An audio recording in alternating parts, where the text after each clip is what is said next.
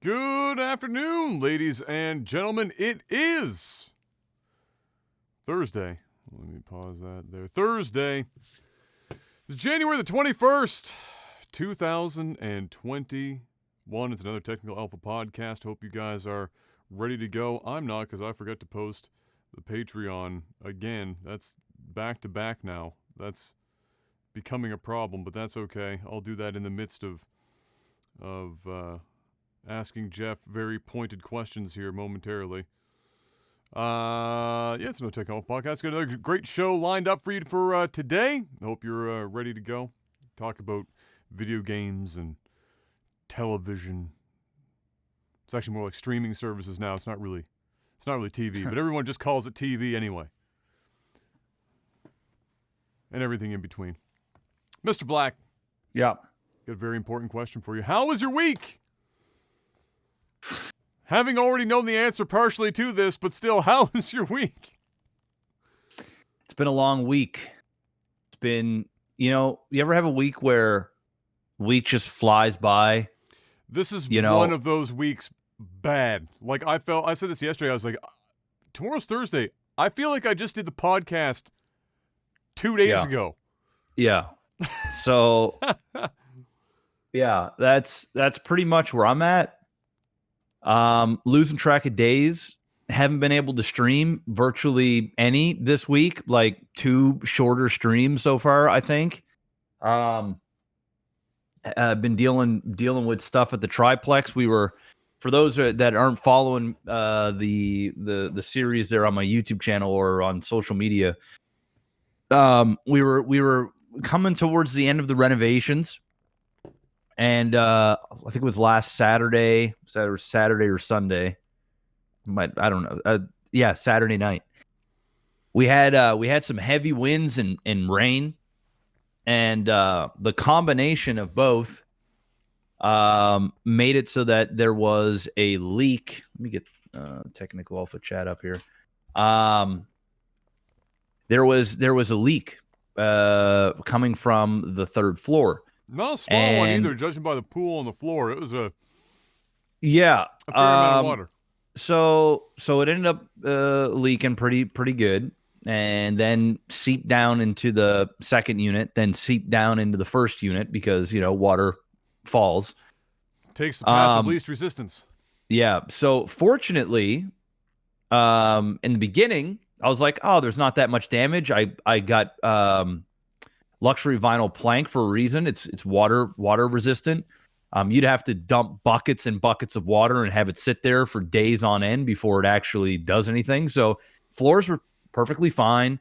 We had to rip out the ceilings in the 2nd unit and the 1st unit to number one, try and find where the leak was, but then also remove all the soggy, messed up drywall and insulation and stuff that's up there. So we gutted all that out.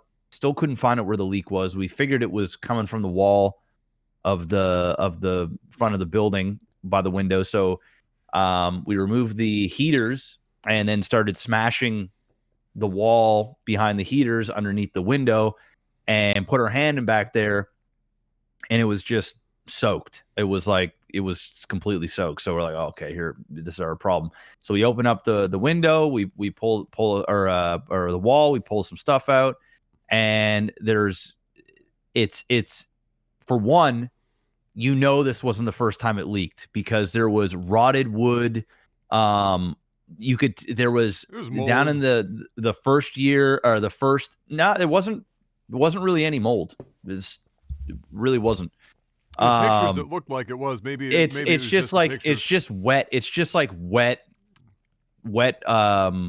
Just soaked wood. Soaked. That's what it was. There wasn't like a mold issue. There was no smell of mold. It was just rotted old wood, and you could tell that the reason why there wasn't mold is because it didn't leak that often. It would only if it was really, really bad weather and it was like the right eclipse happened.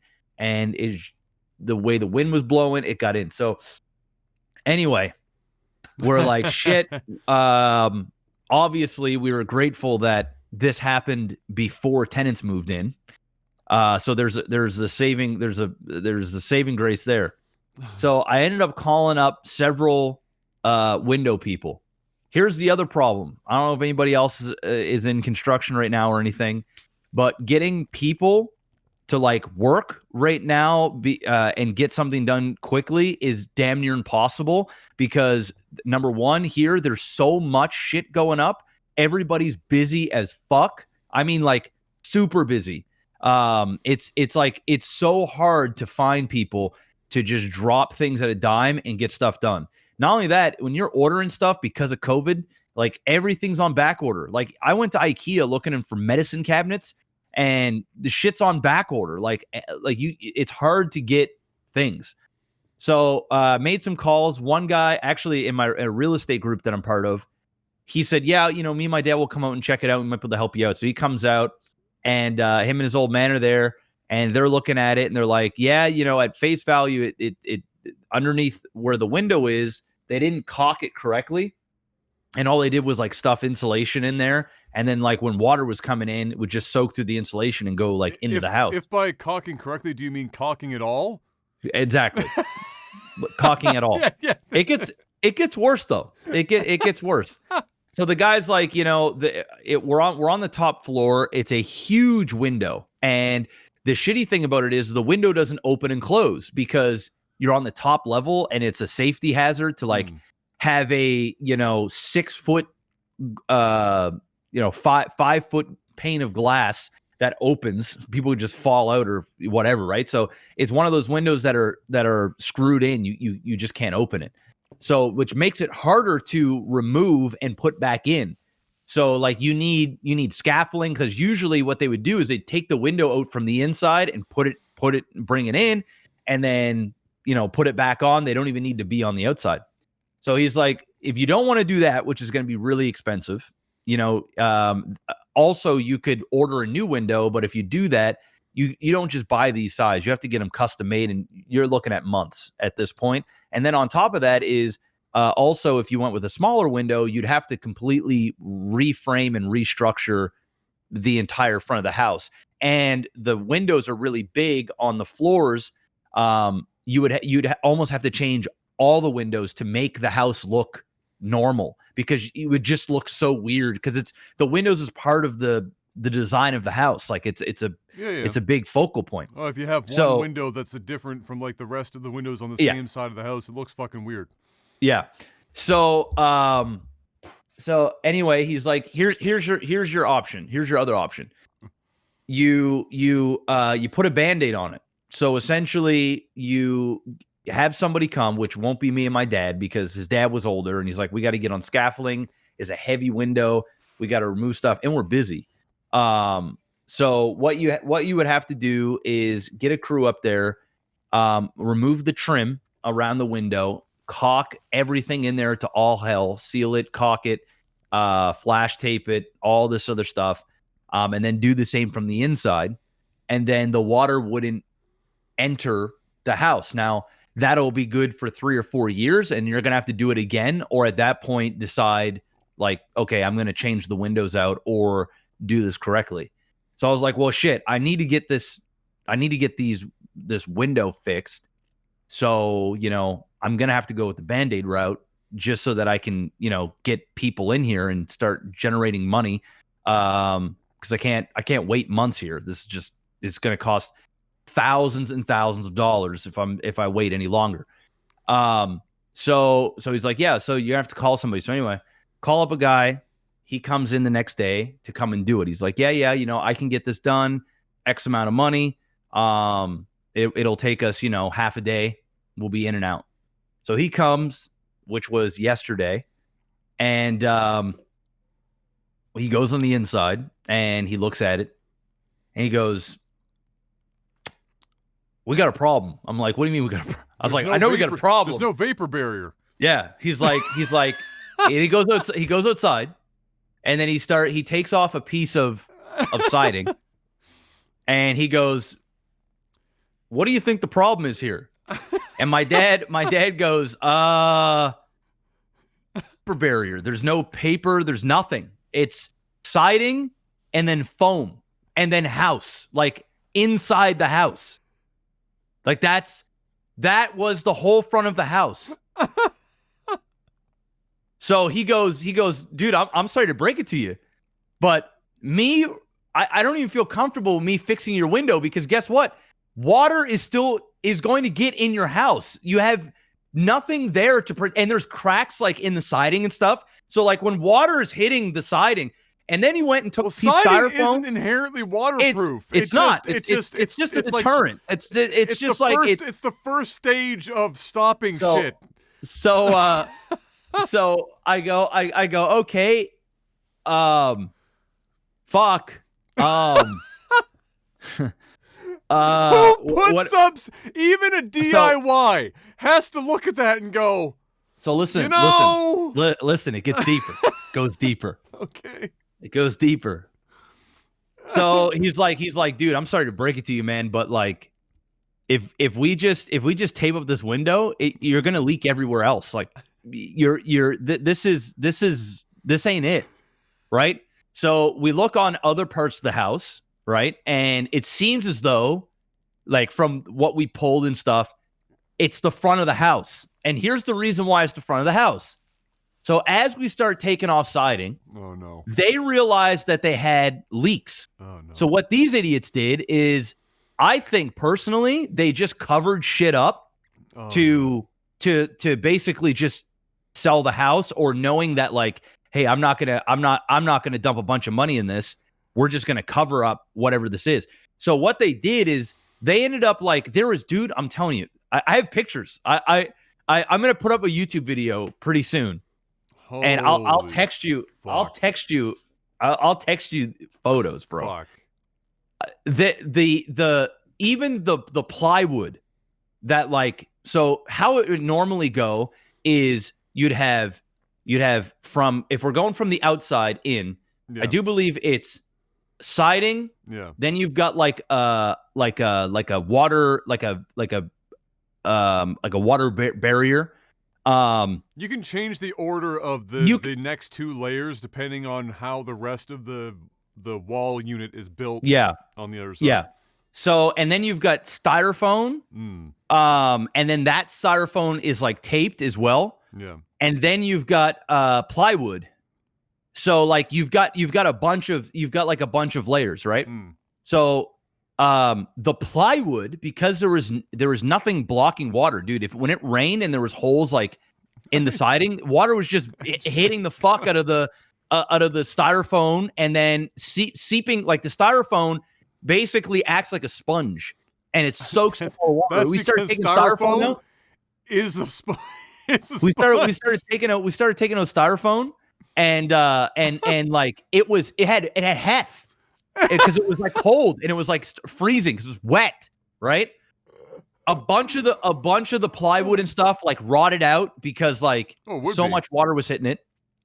And you could tell that they were in there and they were patching up. Like, dude, it was bizarre. They would have like a rotten beam, like part of the frame of the window, and then they didn't even remove it. They would just put like a Band-Aid beam beside it. And then just cover it with like plywood, and then slapped on it's a fuck show. Oh my god. So anyway, ultimately they have to what I have to do, which is you gotta take the whole front of the house off. Yeah, that's what they're doing right now. That's literally what they're doing right now. Is the front of my house. Your house is getting a Joan Rivers right now. It's getting a facelift. It's getting a full facelift. So they removed all of the siding. I had to order new siding and get it matched, right? They have to put in all new plywood, not all new because not all of it got damaged, but big parts of it got damaged. Yeah. So they had to get a whole bunch of plywood, all new foam, all new vapor barrier, and they have to pull out all of the windows and reframe the windows correctly, because even the way they frame the windows, a fuck show, bro. I mean, it was slapped together like fuckery. And the reason is because they had to replace those windows at some point because they're a little bit newer than everything else. And whoever did it just cut corners and slapped together, and now they have a problem. The other windows in the house are fine. The back, the sides, fine. it's whoever decided to do whatever fucking work that they wanted to do in the front, they absolutely just fucked it all. So anyway, I'm gonna have a bill of about $8,500 to fix this problem. That's less than I thought it was going to be. To be honest, I thought it was going to be pushing like 15 grand. No, it's not. It's not that. It's like it's not. It's more of labor intensive than anything. The materials is not crazy because the siding's still good that you can just take the siding off and then put it back. Yeah, and they have to reframe the windows. The windows are huge. They have to use scaffolding because the building is so high. Yeah. So like they had 5 guys at the place today. Like they're doing it today, tomorrow, and they're gonna finish on Saturday. So like they're fucking cranking this out. But and he's giving me a little bit of a deal. He like he knows my old man and stuff. So like at the end of the day, I've had people ask, well, what about the inspection? So let me tell you about how inspections work. So for one, inspections are not invasive. So you can't open up a wall. You can't open up exterior without basically talking to the seller, and you just don't do that. You don't own the property. You're not supposed to do that. So what you do and what we did do is we checked for moisture. We checked for water, and when she was doing all of her checks for water, moisture, and coldness and all this other stuff, everything came back fine. Now, when we initially went there, we knew that there was a leak at some point because we looked at the ceiling, and you could just tell that there was a bit of a stain and a crack. So we're like, there was water at some point. So I made sure that I had my inspector check for moisture and all this other stuff. Everything came back clean. And here's the reason why it did, is because it had to rain at a certain angle for the water to actually get in to the building. But as soon as the wind hit the rain at a certain angle, it was like raining inside the house, essentially. So it just so happened, and it had rained a half a dozen times, 10 times since I owned the property. Nothing. Like nothing. No coldness on the wall, no dampness, nothing. And it just so happened that we had that storm and it showed it. I'm grateful that it happened now and not later. But yeah, it is. Bro, our real estate laws and shit here are so shit. It is uncanny. The fact that an inspector can't do certain things like that, or like as simple, especially exterior, where like if it's siding and you're just like taking off a piece of fucking siding. You theoretically could. Nobody's gonna know. But I mean, at the end of the day, Adam, I've bought many properties and I've looked at many properties. Yeah. Never in my life. And now I know. But it's gonna happen. But never in my life. Yeah. Have I, dude, if you were to go on your street right now or in any neighborhood and you pull back siding on a house, you're not going to see styrofoam. Well, no, it's just, no. It's just like, it's not even something, it's literally not even something that just comes on anybody's radar, like ever. No. I mean, now it will. I mean, every house I look at now, I don't even care. I'm just going to go, see what's back there. Just, like, just for me, what I would want, and I was going to mention something like this just for DK put in what do they have in the Netherlands, for example, and maybe we do have something here like this and just don't know about it. But if it's a defect that is within reason knowable to the previous owner, and you know damn well that the previous owners, but this is sold as is. You know, we're in such an incredibly hot market that like there is no But a lot of the times they should be on the hook for that shit. You can't. I mean, of course. Well, listen, you do have to sign legal paperwork that like you are not withholding major information that like can cause. I would say this is relatively major information. But when you're buying properties at like wholesale prices like this, you're buying them as is. Like you're buying this knowing that you're putting in work. Like I put over $100,000 into this building now. It's like we're getting close to $120,000 now that this is a thing. So like this isn't like, I know that to a lot of people this seems like insane, and it to a degree it's really fucking it's just super slack. Is it the end of the, like if this was somebody buying their first home, of course this is a big deal. This is a big deal. You would talk you would talk to your lawyer, you'd contact me. But I'm in the business of buying and holding rental properties, and we're buying things at a discount, and we're buying things in a market where some people don't even do inspections. If you want the place, you got to say no inspections, fastest term, let's go, I'll buy it as is, it's done. But yes, of course, if you're going to go out there and buy your first home, this is a big deal. For someone like me, and when you're doing this is HGTV. When you open up walls, this is the shit that you find. This is just it. And this was my HGTV moment, because everything else in the entire property just went as normal. Like we're on schedule. I'm over budget, but like because I wanted to be over budget, I kept adding things. But other than that, this was it, right? So. Anyway, it's going to cost me about $8,500. It'll be done by Saturday, and the world will keep spinning. It's just such a crazy, I'm just envisioning somebody ever deciding, especially for their own property, at some point going let's just slap here's some the siding thing. on top of the fucking Here's wall. the reason why they did it. When I bought the property, it was vacant for almost 9 months. And the guy who owned it for a very long time. He didn't do any work to it, and he only used it as a boarding house for his company. I'm assuming that his company went under during COVID. And so what he would do is he would have people fly in from other parts of the country, and they would sleep essentially and live in this triplex as free boarding. Right. And he would just pay the bills. So it wasn't like he used it as a standard 1-year lease, having people in every unit and did that. It was basically a hostel for his company, and people came and went. So when there was a leak and an issue, he probably just had somebody go over, slap on some shit at a minimal cost to put a Band-Aid on whatever. And since it didn't leak every time it rained, but it leaked when it poured in heavy winds, he only had to deal with this maybe once a year. It probably wasn't anything. It wasn't like a daily, oh shit, it's raining, the roof's falling under. Like we just put on a new roof on this house. It's sad when you got water and you got a new roof. Exactly. That's because the front of your house it's siding and foam. Like what the fuck? Fucking hilarious, man. Anyway, that's that.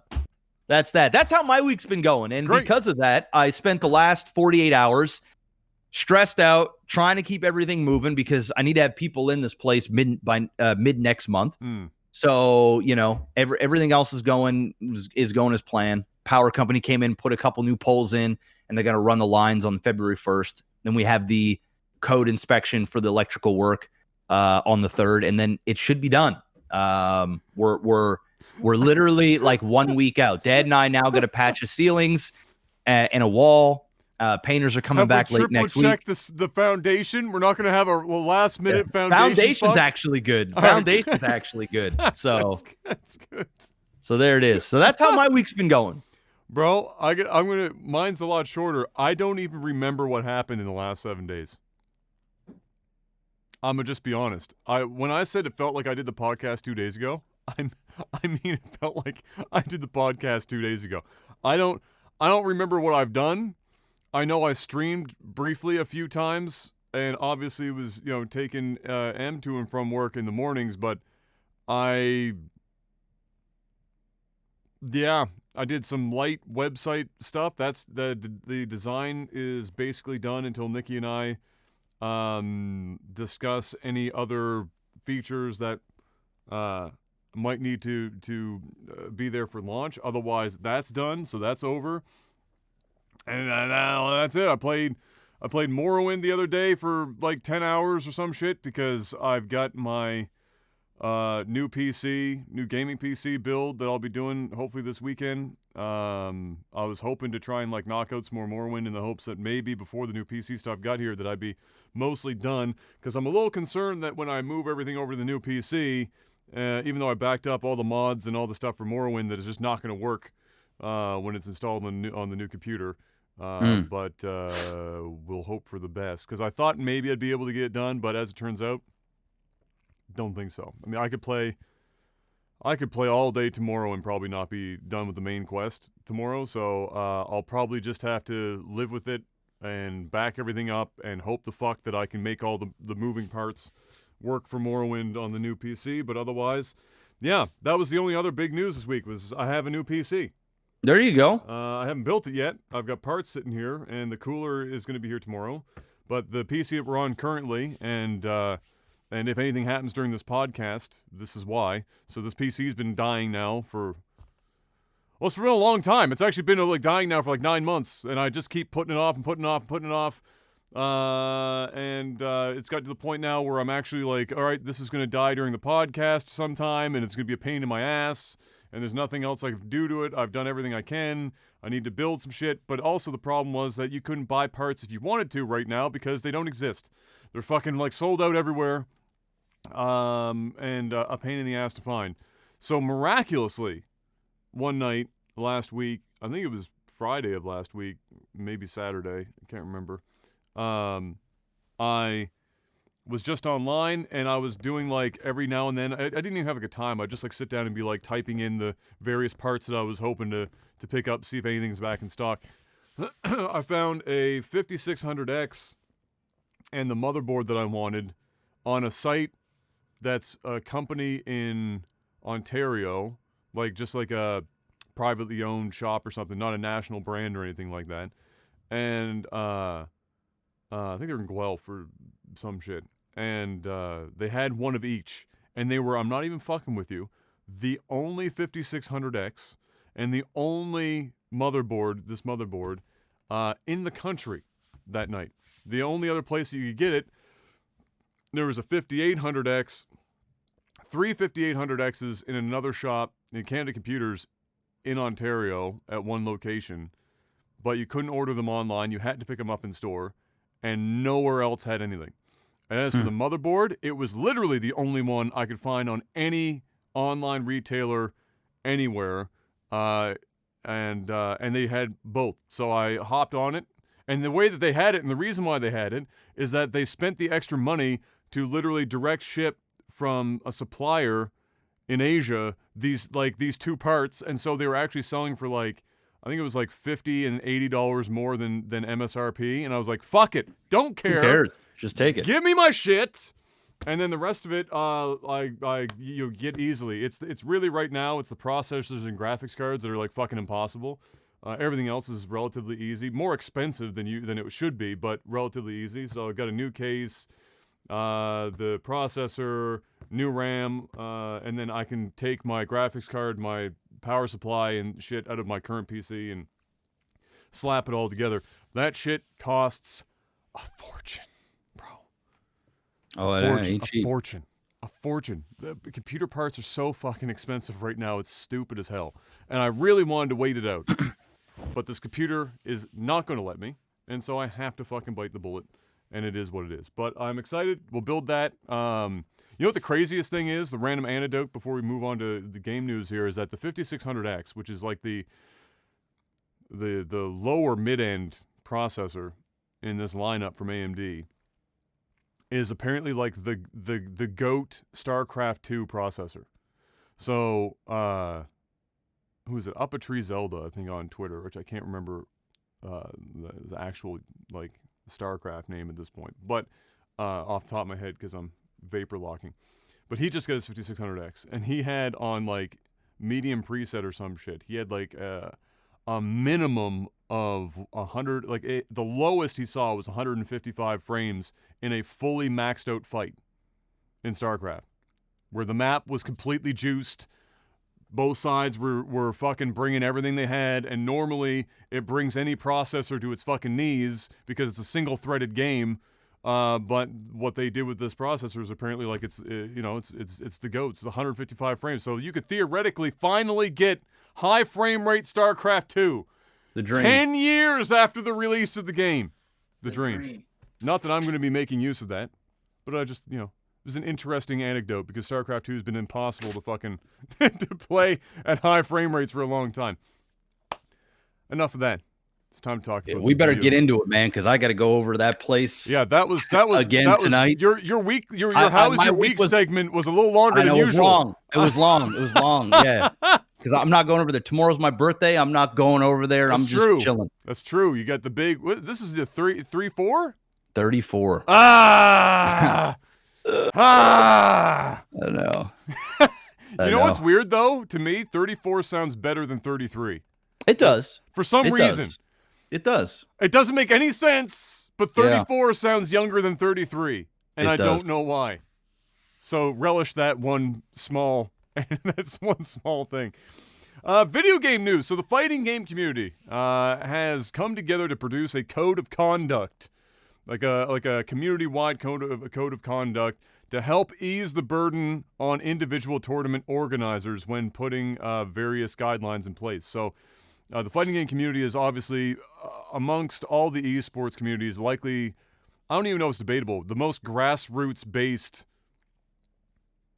esports community of all the game communities. I mean, like, you're talking about a huge range of events from small to large. They're all run in very similar ways. So, yeah, it's it definitely is more susceptible to varying codes of conduct at certain, at the various events and whatnot, and the tournament organizers, the burden of that falls on their shoulders. So they decided to come together in the light of some other events that have happened in the fighting game community in the last year, to try and standardize it, or standardize a large portion of it, so that it made it easier for these events to put these things in place. It was worked on for over 6 months. So a group of about 30 people came together, big names in the fighting game community, came together to do this over the course of 6 months, and then also got vetted by another list of, I think it was like 10 other members of the community. And it covers everything from like violence to DDoSing and underage players at events and all that shit. So they're standardizing all of that stuff that would, in bigger, like in more what I would call commercialized esport events, would already have their own in place, and there's not a thing. But like I said, with the fighting game community being so grassroots, none of this shit existed anywhere. So last year, I don't know if you remember, because I don't even know, I don't think we ever even commented on it the podcast, but there was an absolute fucking metric ton of, let's go with less than savory allegations that were often proven to be reality within the Smash community specifically in regards to, we'll stick with the not savory stuff to just keep it simple. And so after that was apparently when this really started to kick up. We're like, all right, we need to get some of this shit in check because it's making our community look not so hot. So you can check it out and see the whole list for yourselves, but I just thought I'd bring this up because it is a relatively big thing for the fighting game community. But I also thought there was a little bit of humor for me in here as well, in the midst of all this, because there is a section specifically that is calling out the Smash community. They don't say Smash specifically, but everyone knows that it is for that community specifically. Speaking of the Smash community, is what I have in my notes here. The line 3.1.15 states, creating a nuisance or hazard by neglecting personal hygiene, refusing to take appropriate hygienic or medical precautions, or engaging in or encouraging others to commit any hygienically or medically unsafe behavior would be prohibited, which is a really, really, really fancy way of saying, take a bath, wash yourself, take a bath, put some fucking deodorant on, you degenerate. Jesus! The Smash community has been by far the smelliest, least showered, like bottom of the barrel, stereotypical pit stained, same shirt for 3 months, haven't changed their socks in a year, doesn't mind the smell of rotting flesh for years. It's crazy. You even experienced it when you went to that event. I can't remember which event it was, and you said you were going down the escalator. All of them packed. And like on the top floor, it wasn't so bad. And then you get on the escalator, and you would, like where the fighting game community would be, and you'd be going down the escalator, and the deeper you went, it was like the air got heavier, and it got harder to breathe to the point where it just smelled like death. Oh, yeah. Those places are... I mean, listen, you get a whole bunch of sweaty nerds in one place, that ain't it. That ain't it. Bro, it was bad. So this is necessary for sure. And you know what? I'm just interested in how they enforce this one. Well, I mean, it'd be pretty fucking funny if they're like, hey, they just make a public announcement. Hey, yo,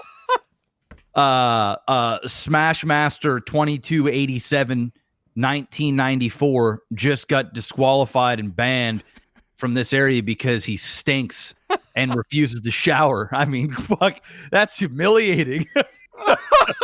You know, it'd be bad enough if like your spouse tells you like, hey, you kind of fucking stink. You should probably, you know, say you got a girlfriend, right? Boyfriend. Oh my God. And you know, you haven't known each other for a long time. Like now, like Kayla could be like, bro, you need a fucking shower, right? You know, it's like whatever. We just laugh about it. Yeah, I fucking stink. But like say, you know, you go on a date with somebody and you're trying to impress them, and you know, all of a sudden, it doesn't even need to be a date. It could be like an acquaintance, whatever. And they're like, bro, you fucking stink. You can't come in here. And then announce that publicly. Bro. You're disqualified. For stinking. For stinking. You know what was the crazy? You know what at first I was like, I knew it was kind of bad, but at the same time I was like, all right, you know, okay. You know, you tell them and they'll probably own up to it and just get on their shit, right? No, there was a bunch of them that actually legitimately tried to make the argument that it was expensive to take showers and shit, and that not everyone can afford to shower, and that it was discriminatory to say that or state that people had to like wear deodorant or shower because, you know, bathing is expensive and deodorant is expensive. And everyone was like, all right, hold up. So first of all, you came to this event, you're in a hotel. You're not paying for the water. Take a fucking shower. 2, deodorant is literally $1. $1. You probably bought your fucking 6th Big Mac meal of the last 24 hours. Yeah. And you're going to be out here telling me that you can't spend $1 on a stick of deodorant that lasts you a month and a half, 2 months? Yeah. Your one can of fucking Red Bull that you've been drinking like it's water. Yeah. Put it down. Put it down and go buy yourself some fucking Axe spray or some fucking deodorant, whatever. The argument that not everybody can afford to shower is an argument that I would only listen to if you're from a third world fucking country. Bro, not even a third world country is that bad. All right? Bro, no, stop. All right? That's the you only time you might not have fucking heated water in a third world country. You still having some water to bathe in. You mean to tell me somebody that is traveling to an event, even if you live there locally, and you've got your perfect little controller, because you know they got their own little fucking controllers. You got your games that you play. You got a slice of pizza in your hand. They're not making their own meals most of the time, bro. They make listen, bro. No. That is a way too of a try hard to try and fight the fight here so that they don't have to clean themselves. Or I don't even believe that. First, I just think that they're just trying to make an argument, and they're just trying to like make the company look like they're bad for saying this. Listen, if you fucking stink and you're no fun to be around, and you can't fucking brush your teeth or wear deodorant or fucking look presentable, and in some kind of conference or competition where you're going to be on camera, you're going to have a bunch of other people around you. You're in public and you can't abide by. They're not saying there's a dress code and you have to like be wearing this and that and that. They're saying fucking Don't stink. Shower. Put on, and if you can't shower, dose yourself with deodorant so you smell presentable for a few hours. They're not asking you for $1,000 membership in a fucking 3-piece suit. They're saying you can wear your fucking sweaty ass, shitty ass underwear. They're saying you can wear your same sweats that you've been wearing for the last 9 months straight and your shitty gaming sweater that you've been wearing for the last 3 years straight that have holes all over it. They're saying you can do that. They're just saying put on deodorant while you do it, you stinky fuck. And if you got a problem with it, fuck off. We don't want you in the building. Just like it's definitely like yeah, it needed to be done for sure. Thank God they put this in the fucking guidelines because like for real, like I know it's not, and I know it's not all about this shit, but like at the same time I just think about, you know, do these people even want to have a relationship with somebody? Like, no. Whether it's another guy or a girl or what, it doesn't matter. Because I can tell you right now, the odds of you landing anyone that isn't also in some sort of weird hellscape where they don't bathe ever or do anything ever is like zero. It's basically zero. Just fucking take a bath. Put on some dollar stick deodorant. Dude, I can go around people knowing that you stink that bad. It's just like, it has nothing to do with like trying to find a spouse or anything. It's called being a decent human being and being considerate to other people. Listen, if you want to stink like ass and you want a physical waft that you can see as you walk by, it's totally fine. But do it by yourself. Don't go into a public place with hundreds of people and expect everybody to just ignore your funk. It just ruins your whole. Listen, there's thousands of people that are listening to this, and I guarantee there's hundreds, if not thousands of people that have been to conventions, that have been to a movie theater, that have been in public, and they could smell somebody's fucking funk, and it's awful. It From like a ruins distance. it ruins your entire experience. It isn't even like it's bad. It's bad. It's really, really bad. And like, listen, we all get stinky. Like, fuck. I can smell my feet from here.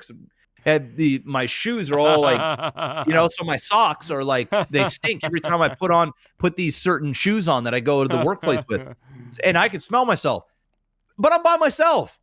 If I'm going to Adam's house or I'm going to public and my feet smell like this, I'm going to wash my feet. I'm going to change my socks because it's the decent thing to do. But since I'm here by myself, if I want to smell like BO and I want to shit myself here, I can do that. That's okay. Not shaming anybody for smelling bad because we all smell bad at times. But when you do it out in public and then you want to cry about it when you get called out for it, go fuck yourself, man. You better fuck yourself because nobody else is doing it. I was going to make that joke, but I was like, no, I'll let it go. But you picked it up anyway. Related to the FGC, Mr. Black, more fighting game news. A player was disqualified in a Mortal Kombat 11 tournament for changing his name to Why Did NRS, meaning Neversoft, I believe, do this? Poking fun at how easy and arguably broken the character he was playing, which was Shiva, which is like, female Goro. How broken the character he was playing is. So apparently there's an unlockable move for Shiva in 11 that when used, basically it's usable in almost any situation. I haven't got a chance to watch some footage of it being used yet, but there's a whack. I didn't have time to watch them before the podcast, but there's just a shitload of YouTube videos of like pro scene people breaking down how stupid this thing is. And essentially what it comes down to is this move is almost usable in any situation, and in all of those situations, it improves Shiva's position on the field. So it's like this ubiquitous, easy to do, solves all the problems, hard to counter kind of deal. And so this guy, as a joke, was just saying, why did Neversoft do this as his name? Because he chose in the tournament to play as Shiva, knowing that he was going to stomp some motherfuckers with this stupid ass character. They see it and they're like, oh, we can't take a joke. You're disqualified. They threw him out of the fucking tournament. I was like, man, what the shit? Of all the petty ass reasons to DQ somebody. Hey, Adam, he may have stunk. That You never know. See? Now that could have been it.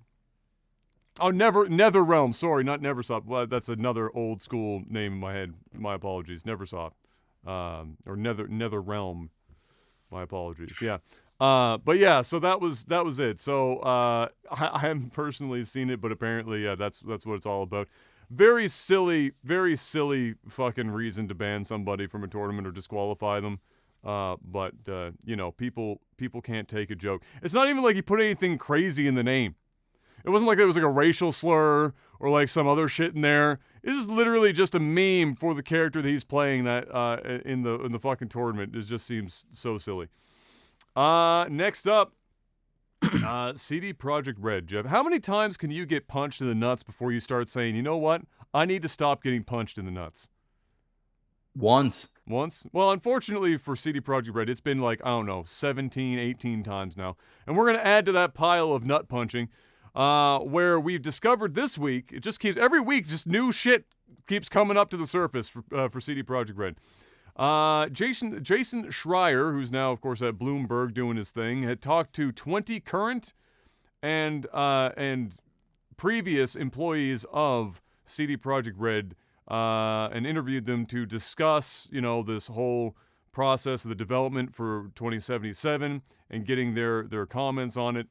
And for one, they discovered that the E3 demo that they showed off in 2018, that really long E3 demo, was completely faked from beginning to end. It was some Anthem level fakery.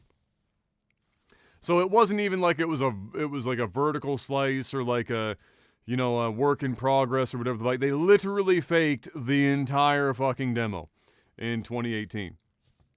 And as we discovered as well this week, and to a degree the week before, it appears that they really only had, the dev team really only had about 2 years to take the game, or to make the game that we're seeing today. Because so much had changed and the reset button had been pressed and all this shit. So they had 2 years, the dev team, to create what we saw before the C-level guys were like, yep, launch this motherfucker at the end of 2020. Let's see. Right. Some of those interviewed said that originally the dev team were hoping for and aiming for a 2022 release, which would make more sense because then it would be 4 years to try and accomplish this massive game instead of just 2 years and sending it out the door.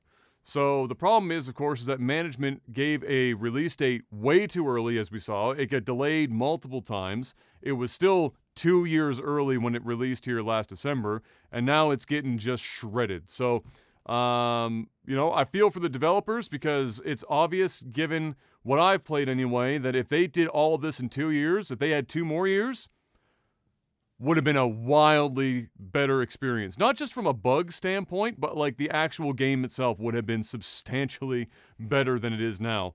This just made that video we saw last week from one of the co-founders there just all the more ridiculous for the excuses that he was coming up for or with in that video. So there you have it. No news on the front that I found for updates on any of the lawsuit-related shit with CDProjekt Red to this point. That's just where we're at this week. Next up, Tomonobu Itagaki, the man behind modern Ninja Gaiden as well as the Dead or Alive series, has gone out on his own and founded Itagaki Games. He said in an interview with Bloomberg recently that he'd be open to working exclusively with Microsoft again, but currently plans to release to PlayStation 5, Xbox Series X, and PC via Steam. So he left Tecmo in 2008, which is where he would have been doing his Ninja Gaiden shit and all that stuff. So Ninja Gaiden Black, for one of the greatest hack and slash games of all time. Dead or Alive, yes, it's a mostly titty physics simulator. but also one of the most popular fighting games of all time, regardless. Because of titties. Yeah, definitely a large portion of that. And so had some major success under his belt. He ended up helping found Valhalla Game Studios in 2010. But after that, he hasn't really had much of a track record, like at all. He once the help found Valhalla Games, they put out what was it called here? They put out Devil's Third, which was originally supposed to be a multi-console release, and then it eventually became a Wii U exclusive, I think it was. Did not get well received at all. Then they had a Devil's Third Online, I think that was like in 2016 or so. That was like, I think, PC, and that also, shockingly, didn't do all that well. And then to make matters worse, they pulled it offline like not even a year later in 2017. And shortly after that, he left Valhalla Games. He stepped down. So, yes, he is the man behind one of the greatest hack and slash games of all time. And yes, he is the man behind one of the most popular fighting games of all time. However, he hasn't had much of a track record in, well, a decade. And so the question I'm posing in here, he's washed up, Adam. is, does he have it in him, Jeff? Nah. Can he bring it back? Nah, he's done. Are we going to have like a Rocky moment where he's just beaten on the ground, he's just defeated, but then he can somehow pull it back from the brink and take on Mr. T? Yeah, no, that ain't it. Sounds like he is It doesn't sound good anymore. So he's like, you know what? I'm going to go and do my own thing. And people are like, well, you know what? We don't really care.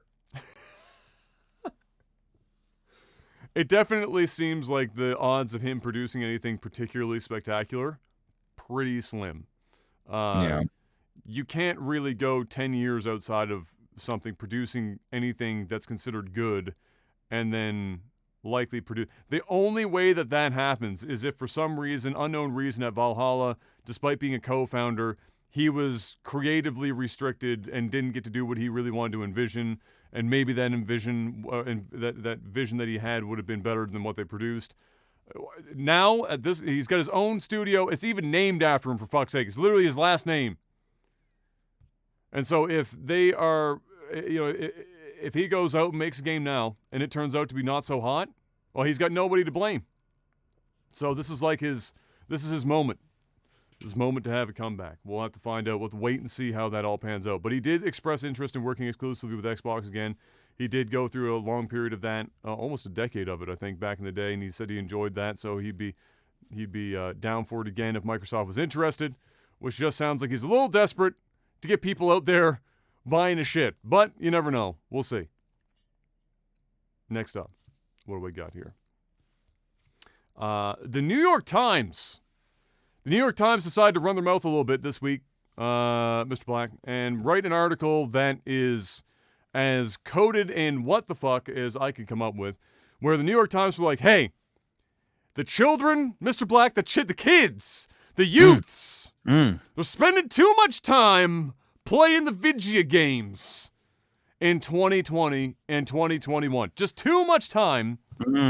We need to bring them back from the brink before it's too late. Now, this article fails to take into consideration a very important key factor of the year 2020 and into 2021. And the key factor there is fucking COVID-19. So it's not like these kids are able to just go outside or go to like Chuck E. Cheese's and do like all the stuff that's not video game related particularly easily. They don't just get to run out there and do this regular ass shit. It's not really possible. And so what they do to keep any semblance of social activity is they play video games online with their friends. But for the New York Times, that's a big problem. They don't actually, like in true boomer like article fashion, they don't actually offer solutions. They just point out a problem. Just like, they can't be doing that. And they don't actually like list anything that's fucking useful. They're just like, that's a problem. It's always video games. It's not, oh, they're watching too much Finding Nemo. Or, oh, they're on Netflix too much or something. It's always, the video games. Spending too much time. Stop having fun and socializing with your friends. Yeah. Fuck those guys, man. Straight up. Listen. I think a lot of us, myself included, have indulged more than what we would like in 2020 and likely 2021, whether that is video games, Netflix, food, you name it. It's been a rough year. My son has watched way more Paw Patrol than what I would have ever visualized myself allowing my son to watch.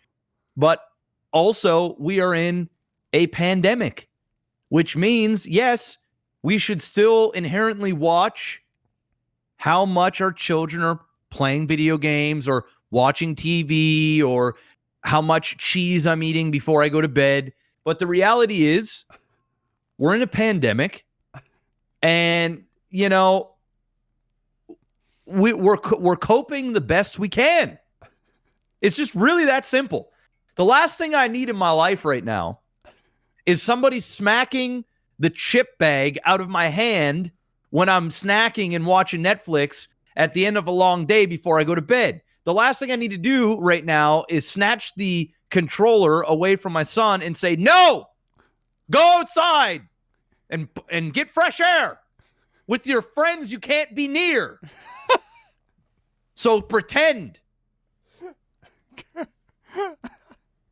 That's basically where they're at. I mean, yes, I get it. Yeah, great. Yeah, we're probably all indulging and doing things a little bit excessively over the last year, more than what we would normally do in certain aspects. But at the same time, it's what we're doing to cope. And, if they got a problem with that, then write your little shitty articles. And these are the same motherfuckers that have their kids playing video games and watching TV, and they can't get off their fucking cell phone. They can't eat dinner without being on their cell phone and ignoring their significant other or the family at the dinner table. And yet they're talking all this high praise or talking down on people spending too much time doing this. Go fuck yourself, you hypocritical cunts. Seriously. Imagine with like the short list of social activities that people can get away with right now safely. Yeah. And then looking at that list and going, you know what? Even though this is a short list, we've got to still complain about some of the things on this list. It's just too much. It's excessive. Yikes. We all need to be like doing like other things, like, I don't know, listening to Gwyneth Paltrow talk about her fucking bullshit for the 50th time, or not everybody is going to take this time to like learn another language and really get fit and learn to take up meditation and read lots of books and go for nice walks in the park and enjoy local nature instead of traveling out of state or province. Some people are doing those things, and good on them. But like the vast majority of the world right now, we're trying to survive. And we're trying to escape something that we can't escape.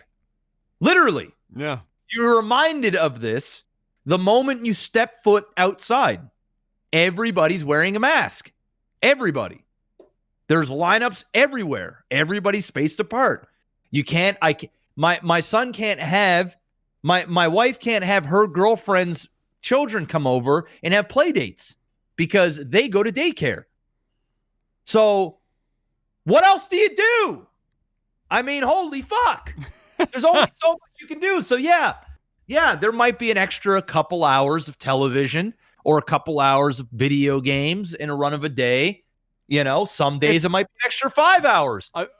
Listen, we're coping the best we can. I feel like sometimes they look at the situation and they're like, it's like how people first saw the pandemic and like the lockdown originally. It was like, okay, this is like a mini vacation. We're at home.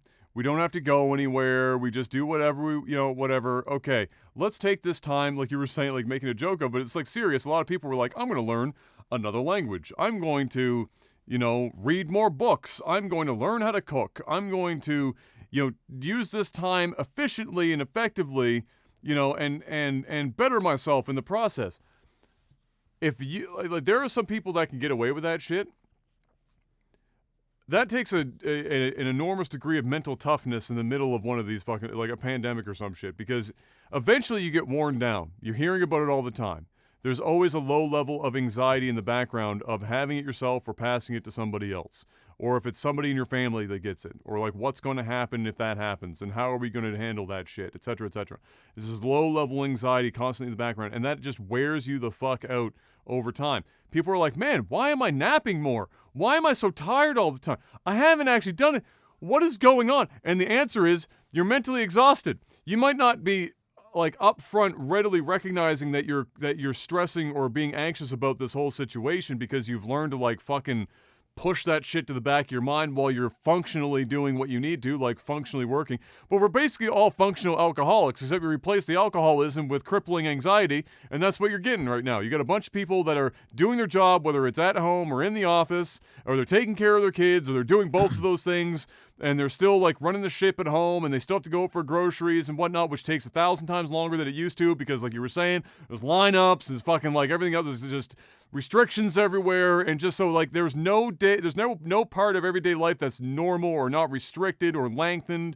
And then somebody's like, yeah, fuck it, let's like improve ourselves. And that's a great mindset, but you're also like already dead. Like you're a year deep into this shit. Everyone's already toasted as fuck.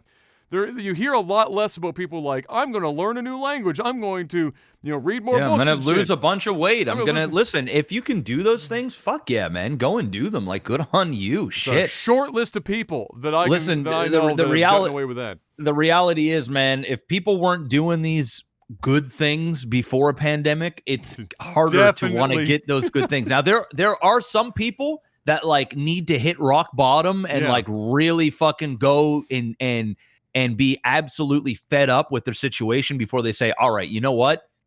A light switch turns on and they change their life. Hey, fucking kudos to you.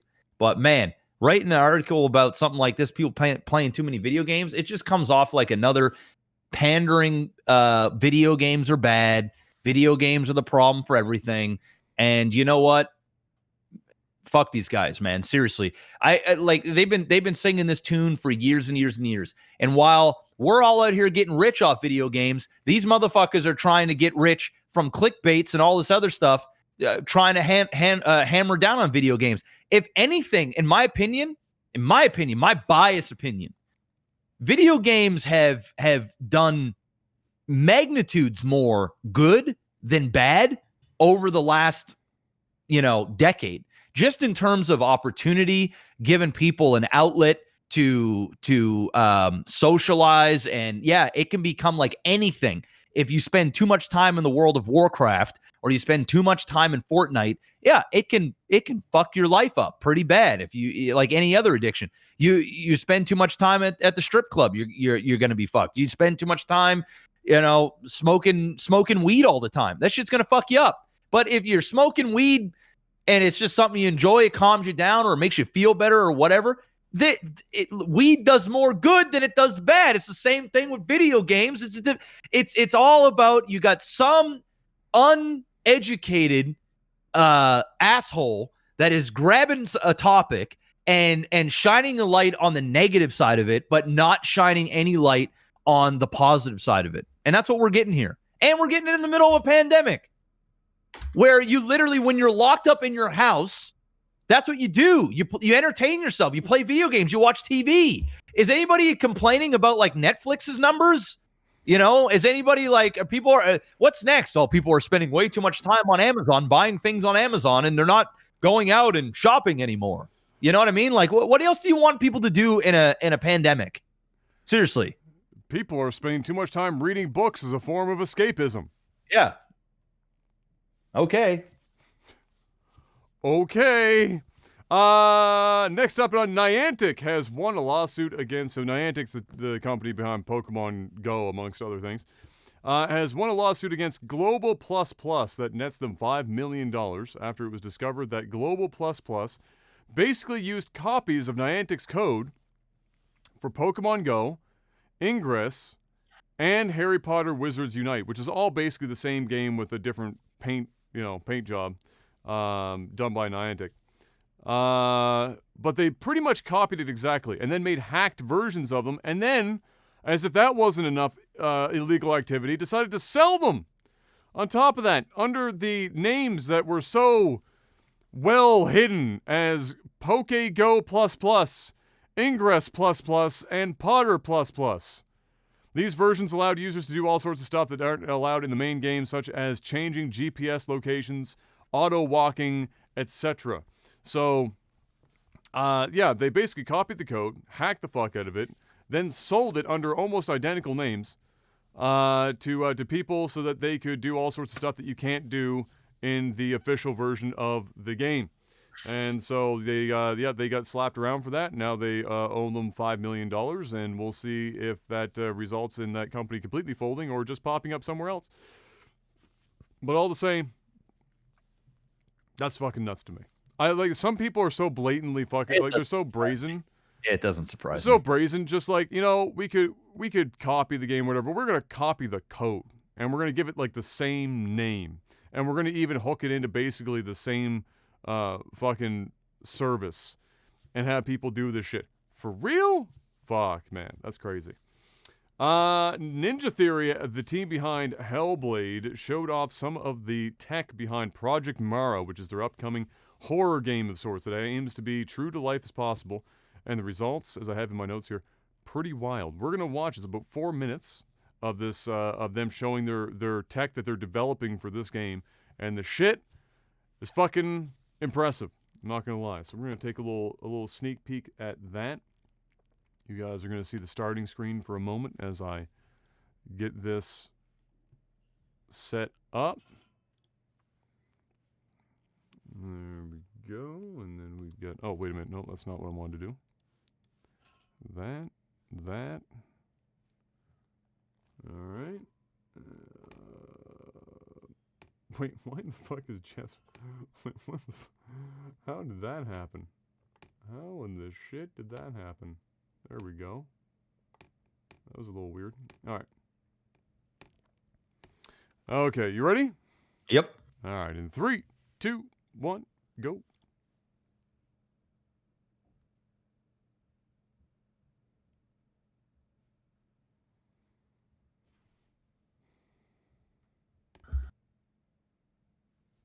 Oh, sorry, Jeff. One sec. Back that up. I forgot to do something. My sound is actually routed differently from my own stream, so I had to just bring that back. There we go. All right, I'm back at 0. You ready? Yep. All right, 3, 2, 1, go. There we go. They weren't getting any audio.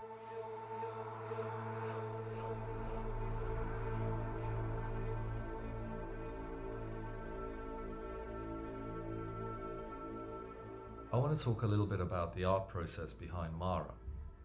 Project Mara is a very special project for us because although it is quite a concise project, I can already tell by looking at this dude lots of things that we've never attempted that he's at that full-blown art territory. You know what I'm saying? So the game is set in Artsy one fartsy. location, Yeah. an apartment, a real-world location, and the art team's goal is to recreate this apartment perfectly. And to do this, we first start with materials. So we got a bunch of material samples from the apartment, wood, carpet, etc., wallpaper, and photographed them under lots of different lighting conditions. And we scanned a bunch of it as well using a home-built scanner that our technical art director, Matt, created. This motherfucker And just with went this out there and reference, made his own we scanner. then generated procedural shaders and detail maps to attempt to recreate the materials as true to life as possible.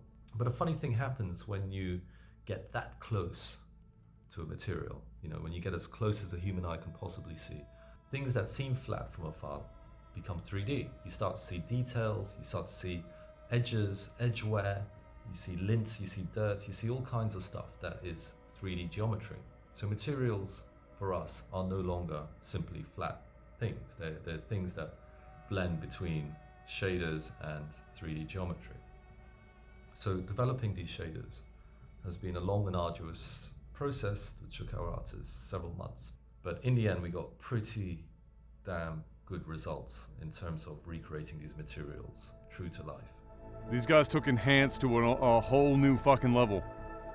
Enhance! But then the next challenge is to recreate the whole of the apartment, the dimensions of the apartment. And this is trickier than it sounds. You can't just go around with a measuring tape. It's just not accurate enough, and there's not enough detail that you capture. And we tried various different techniques with very mixed results. So in the end, we contacted ClearAngle, who specialize in this kind of stuff. And they spent a whole day scanning the apartment with their LiDAR scanners. And they provided us with some of the best reference we've ever seen. A point cloud of the entirety of the apartment down to every little detail.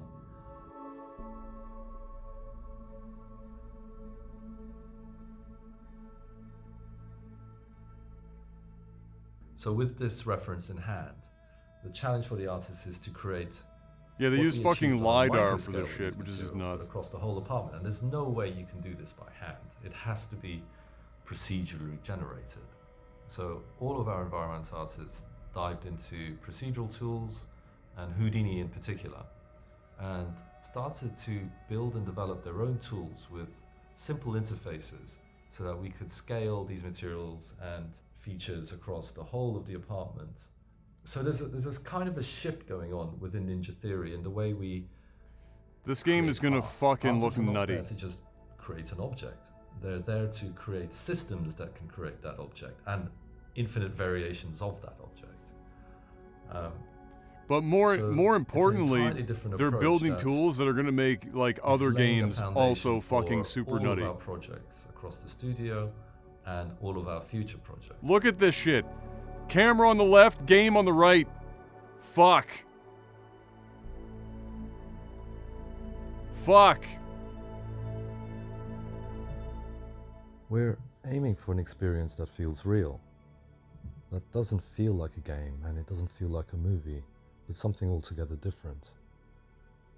And there's a power in tricking the mind into believing it's real before then subverting it, so that you experience the mind-bending strangeness and horror of the world that Mara inhabits.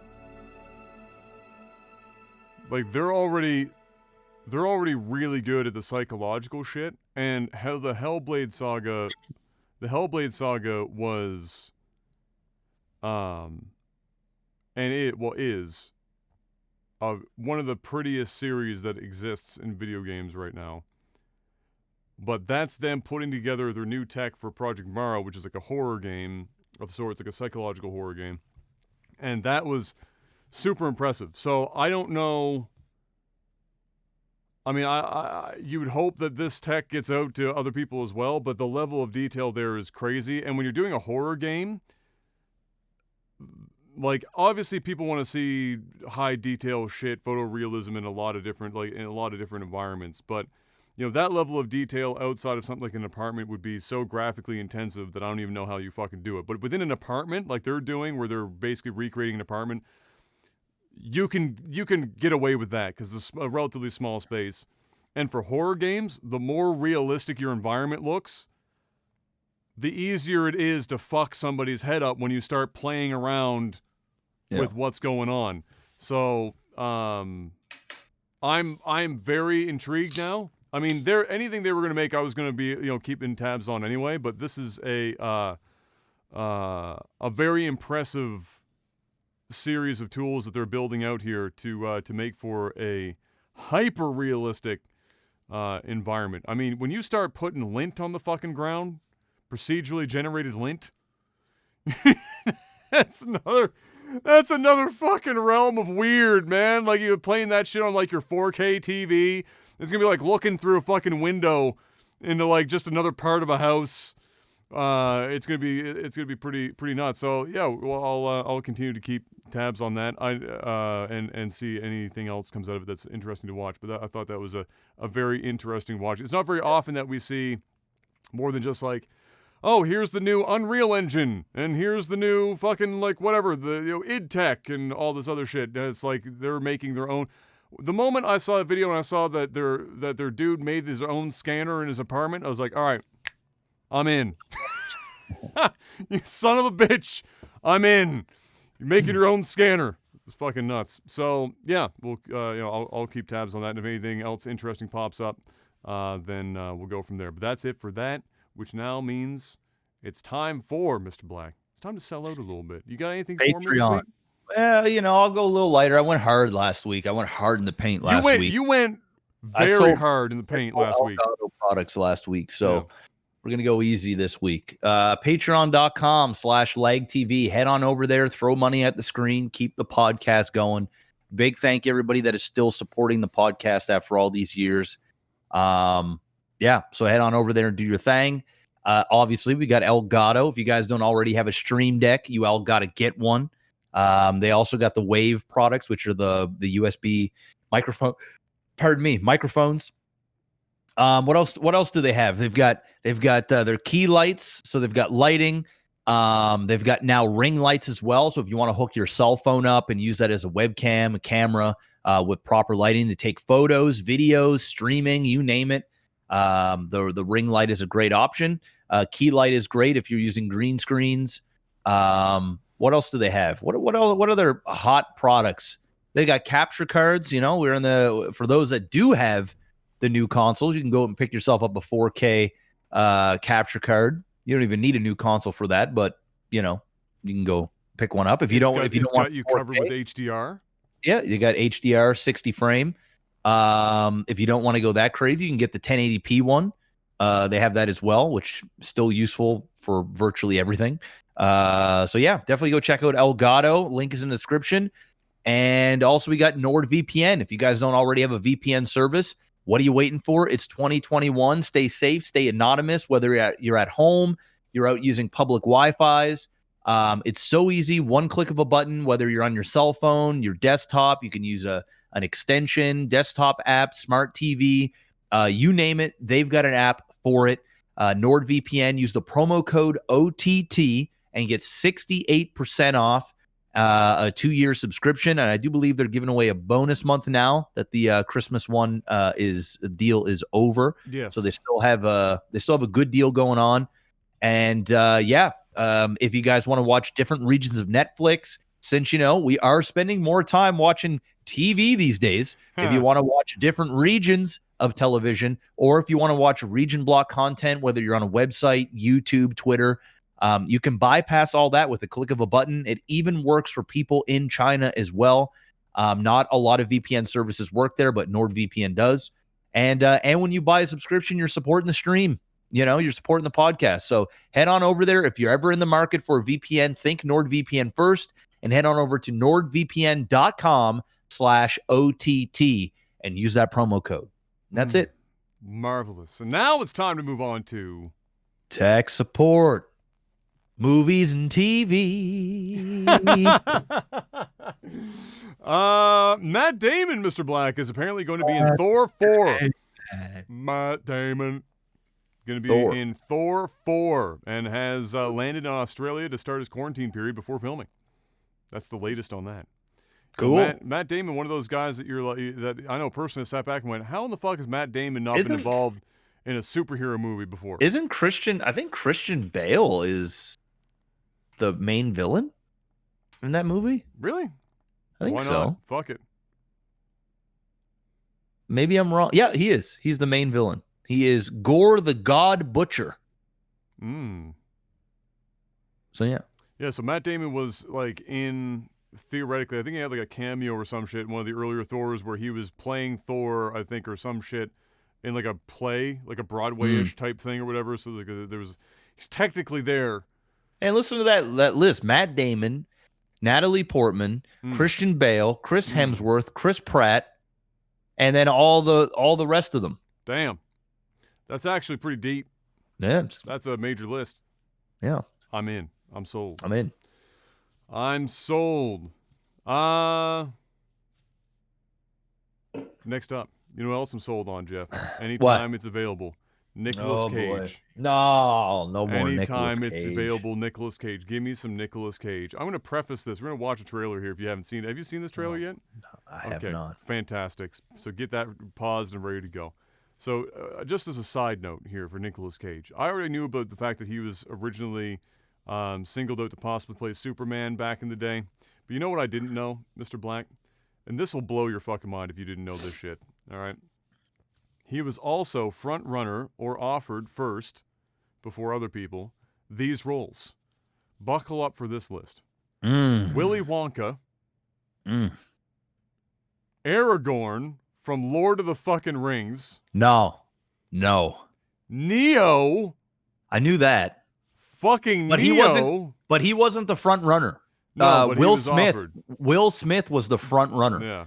Keanu Reeves, Nicolas Cage, I think Mel Gibson or Bruce Willis. One of the there's a few of them, but Will Smith was the guy that was supposed to have that be Neo. Damn. And Lawrence Fishburne was not Morpheus. He wasn't even in the role. It was some other big. It was a white actor. Some other big actor was supposed to play. And then when they got Keanu Reeves, they switched Morpheus. Oh my Lord. Yeah. Well, I'm just envisioning, just seeing Nicolas Cage in any of these roles is so fucking wild to me. I mean, for one, it tells you how much clout Nicolas Cage had during that time period. And apparently, according to Cage, it was like most of these roles popped up in a 3-year period where he had a shitload of family commitments that he took him out the acting game in general.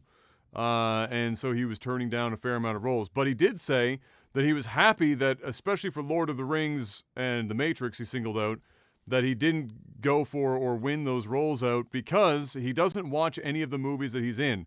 And so, having not been in those movies, he said he was thankful that he could actually get to enjoy watching The Lord of the Rings, watching the Matrix trilogy, and all that shit as well. I'm just, man, fuck. That was a lot of clout for Nicolas Cage back in the day to be pulling down those roles. Can you imagine? That's just so silly to me. So anyway, now we got a different Nicolas Cage. Now we got Nicolas the Rage Cage. And we already know he's got the series. I still haven't got a chance to watch any of it, but the history of swear words and shit. But now he's got this movie that's coming up. It's called Willy's Wonderland. And I swear to God, the premise for this movie is Five Nights at Freddy's. All right, let's watch. It's man. not called it. God damn. Right. Hold on. Okay. I want to see the damn thing. All right. Okay. All right. Hold on. All right. Let me just get you over here. See what you got, Nicolas Cage. All right. You ready? Let's go. 3, 2, 1, go.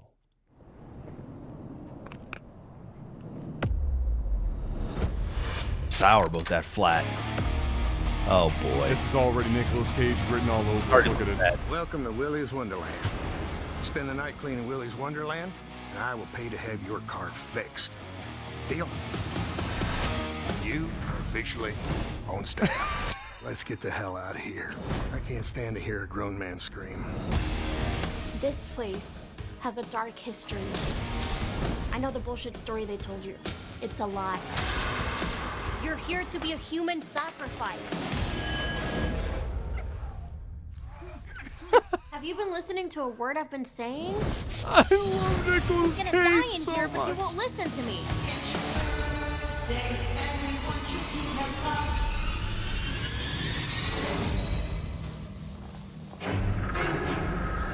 This is Five Nights at Freddy's. It's literally, except, just watch.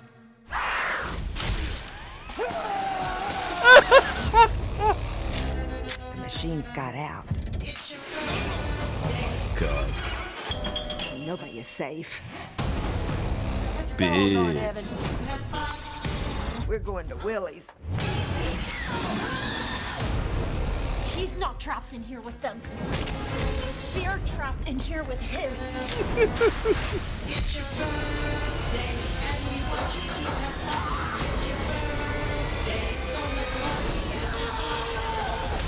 It's birthday time. I enjoy a man of few words. Yes! I will never watch that movie. I am watching it thrice Oh my god, bro, that looks so bad. That looks like Nick, everything I want in a Nicolas Cage movie. doesn't. Literally everything. That The movie looks- opening scene of that trailer where he's got the flat tire and you just see the look on his face and it's just whatever the fuck and he cracks a can and the soundtrack, it's instantly Nicolas Cage. It's Nicolas Cage being allowed to be batshit insane, which is exactly what I want in my life. I am watching the fuck out of that movie. They even got the cliche man of few words. He didn't say a fucking He word. didn't say. He's probably like, you know what? I'll do anything. this bullshit movie for you for $200,000, but I'm not. I'm reading 5 lines. That's what I'm doing, and you'll just hear me scream and groan and grunt. That's I'm in. I'm in. All in on Nicolas Cage. Give me as much Nicolas Cage as humanly possible. And thankfully, since he never turns down a role, I'm going to always have a fine selection of Nicolas Cage movies. oh man. God bless the man. A trailer for More Than Miyagi, the Pat Morita story. The documentary following the life of Pat Morita has landed, with the documentary coming to iTunes, Amazon Prime Video, and other streaming platforms on February 5th. I'll probably watch that too. Yeah. Liam Neeson. Liam Neeson's is my shit. Nicolas Cage and Liam Neeson's is my shit. You got the worst taste ever, but I love it. Liam Neeson's is my shit. Oh man, you are such an old soul. It hurts. It just hurts my brain. Liam Neeson's is my shit. And Seth MacFarlane had talked about a Naked Gun reboot. Now, this is stupid as fuck, because I gotta be honest with you, I don't want this to happen. As much as I love Liam Neeson, the last movie that I think anyone should try to recreate is The Naked Gun. Nobody's gonna fucking be able to do any justice to The Naked Gun the way that Leslie Nielsen did, so I don't know why anyone would even bother, let alone Liam Neeson. But apparently he and Seth MacFarlane are talking about that shit. Good luck. I don't... Liam Neeson can be a funny guy. He's not Leslie Nielsen. Yes, he has the same, initials, but it ain't going to play out the same way. You can't fucking redo... Imagine trying to redo Airplane or some shit. Like, it's just not going to... You're not going to be able to do it for a number of reasons. One, nobody's going to want to watch Airplane in the year 2021. No. Nobody's going to want to watch the 2021 version of The Naked Gun. Listen, if they do it, it's going to be like straight to Netflix. It'll be like a streaming movie. Seth MacFarlane, his name will bring enough of an audience, but nobody's asking for this. No. It sounds like Seth MacFarlane probably just loves the movie, wants to give his own spin on it. And the only thing I need to see from Liam Neeson right now is more Qui-Gon Jinn. So, campaign for that. Make that happen. I'll be honest. I don't want to see any of the old Star Wars stuff. I'm like, I am over the past. I say that because I know that's what they're going to do anyway. And so I'm just saying that I would want to just see that. If they're going to do it, I want to see that. I would love new shit. I just want new shit. I want the old characters to die, which most of them have. And I just want to move forward with a whole new everything. I think right now the problem is they're not entirely sure how to write new Star Wars. Not entirely sure they know how to write Star Wars at period. all. Yeah, it's definitely a bit of a challenge. That's all I got. Did anything else pop up? Not really. I'm trying to think. If anything, I mean, movies got delayed. James Bond got delayed again. That's pretty much it, man. I mean, it's quiet. There ain't much going on right now. There ain't much going on. I know I think Avatar, the next Avatar movie's coming out in 2022. Oh, Em and I watched that new Netflix movie that has the dude that plays Falcon in it. Oh, yeah, I know who you're talking about. I can't remember the name of the movie off the top of my head now. It wasn't great. It was like the movie was basically 2.5 hours just to deliver the final like 3 sentences of the movie. So it was like a 2.5 hour movie just so that the writer of the film could be like, hey, fuck the military industrial complex of the United States of America. And by the way, using robots to fight other robots in war just perpetuates war further when it doesn't need to be there. And scene. And that was basically the entire movie, was that. Yeah. It wasn't like it was like a bottom of the barrel type experience, but it wasn't phenomenal. Outside the Wire, that was the name of it. Yeah, Outside the Wire. Other than that, that's all I know. Yeah, there isn't much news. Well, then you know what time it is now. It's time for tech support. Patreon.com/LagTV. $10 more a month gets you access to a few things, but more importantly, right now, because everything else is more or less restricted to COVID, that's asking us questions each and every week on a post I put up before the podcast called Tech Support. You can ask us some questions, and we'll try to answer as many of them as we can. And so, with that being said, Black Jimmy asks, what are your top 3 and bottom 3 months of the year? My top 3 months, like months that I like? Yeah, so your top 3 and your bottom 3. Bottom 3, January, February, March. Yep, that's mine, and I think everyone else's too, but yeah, January, February, March, yeah. My top 3 would be July, August, and October.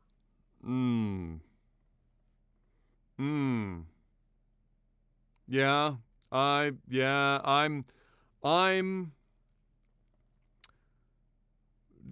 I'm like, it's cheating to say this, but the back half of June and the first half of July for me. Oh, you can't do that. And it's only because at that point, I like it when the leaves have fully come out, but they're just out. So it's like that certain bright fucking green, and everything is brand new.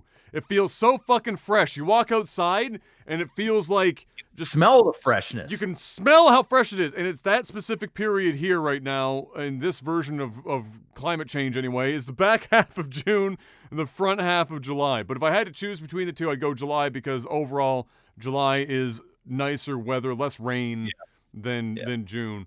And then October, and then I skip November and I go December because I'm a Christmas guy. I just December the Christmas month for me. But fuck January, February, March. Fucking right off the face of the earth. I don't know what it is, man, but I mean, my birthday's tomorrow, so birthday in January, okay, great. Other than that, I find like January, like most people go into the new year and they're like, it's a fresh new year, pumped. For about 5 days. Yeah, I think of January as like, as a Monday to the year. Yeah.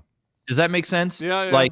Like I don't operate on like, oh, thank God it's Friday, oh fuck it's Monday type person, because I just every day is the same, and I don't live in that 9 to 5 structured life. So like I just go. But with that being said, it's just like the end of the year and beginning of the year, there's so much shit that like I just hate. I hate the weather.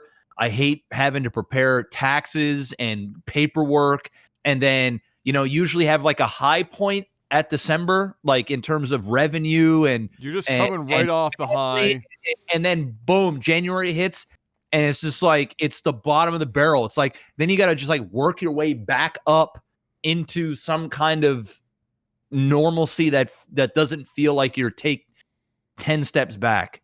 I just hate, like, January feels like Monday to me. Well, you come, that's the best way I can put it. You come down off of the high of December and the holidays, then you have to put all the Christmas shit away. Yeah. And then it's back to work time. The days, we're in the northern hemisphere, right? So the days are short. It's dark all the time with very little variation in that. Yeah. In a normal year, we've gotten lucky this year, but in a normal year, you're neck deep in snow. You're shoveling the driveway 2-3 times a week up to your knees. How great is this year so far? I don't even want to jinx it. I don't even want to say it 'cause I'm afraid it's going to fucking jinx it, but we're almost in February. It's actually insane, the weather we're getting. Like, we've had cold weather, but we haven't It's had not even snow. that cold. But not even that cold. No, but not cold, but we haven't. But that's what makes it even better, because normally that means the snow would be worse. Yeah. But we haven't had the snow. So yeah, we're in the midst of that. Like you said, you're also ramping up for doing your tax season. You know, February is traditionally like the blue month. Everyone's got the winter blues in February. And it's just like it. And the other part about it is that it because it's a Monday, but at the same time it's weird because on the other side of it, it just goes so, it feels like it goes so quick. It's one of those things that when you're in it, it feels slow, and on the other side of it, it feels like it went super fast, and you're like, how the shit are we already a third of the way through the fucking year? I haven't done anything. It's like all I've done is get ready and paid my taxes, and that's like the first fucking 3 months of the year, and now I've only got 9 months left to do something, you know, good with my time, and it's just everything about those months is just ass.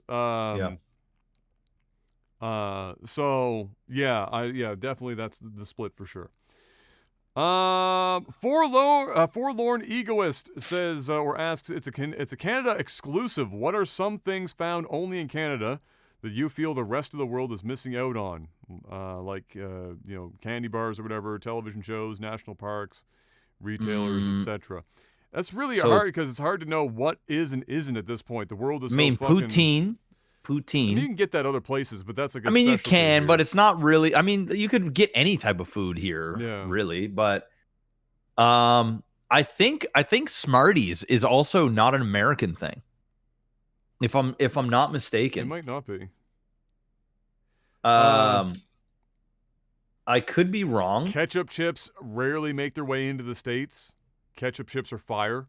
All dressed as well don't make their way outside of Canada very often, but they do, but not very often.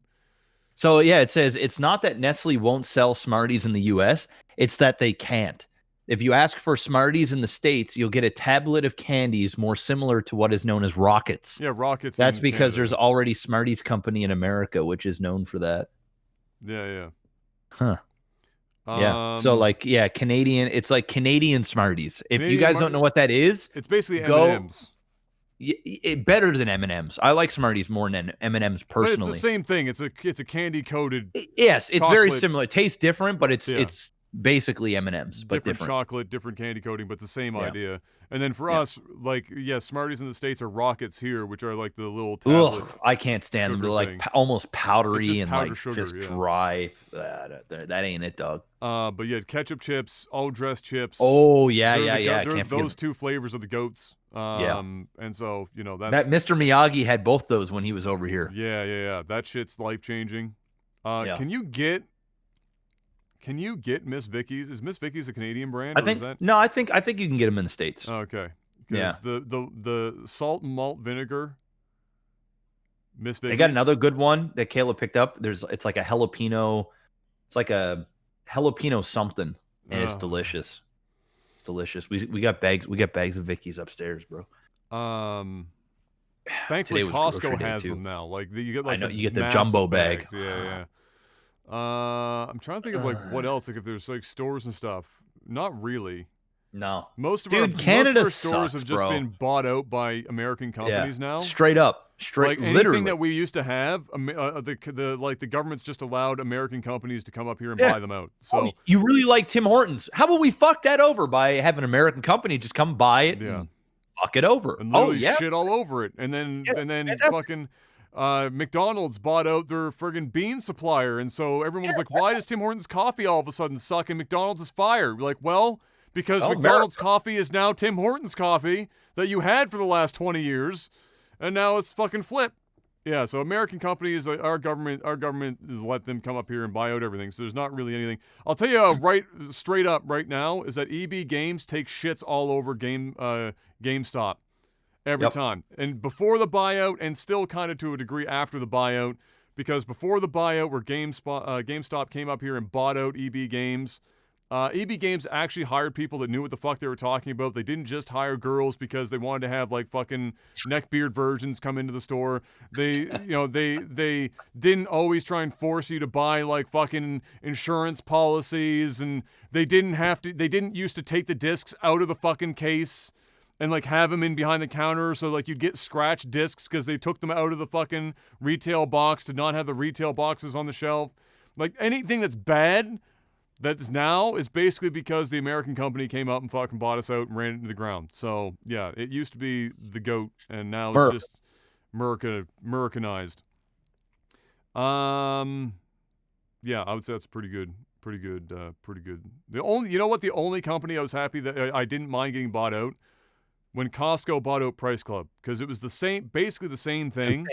Almost nothing changed. Yeah.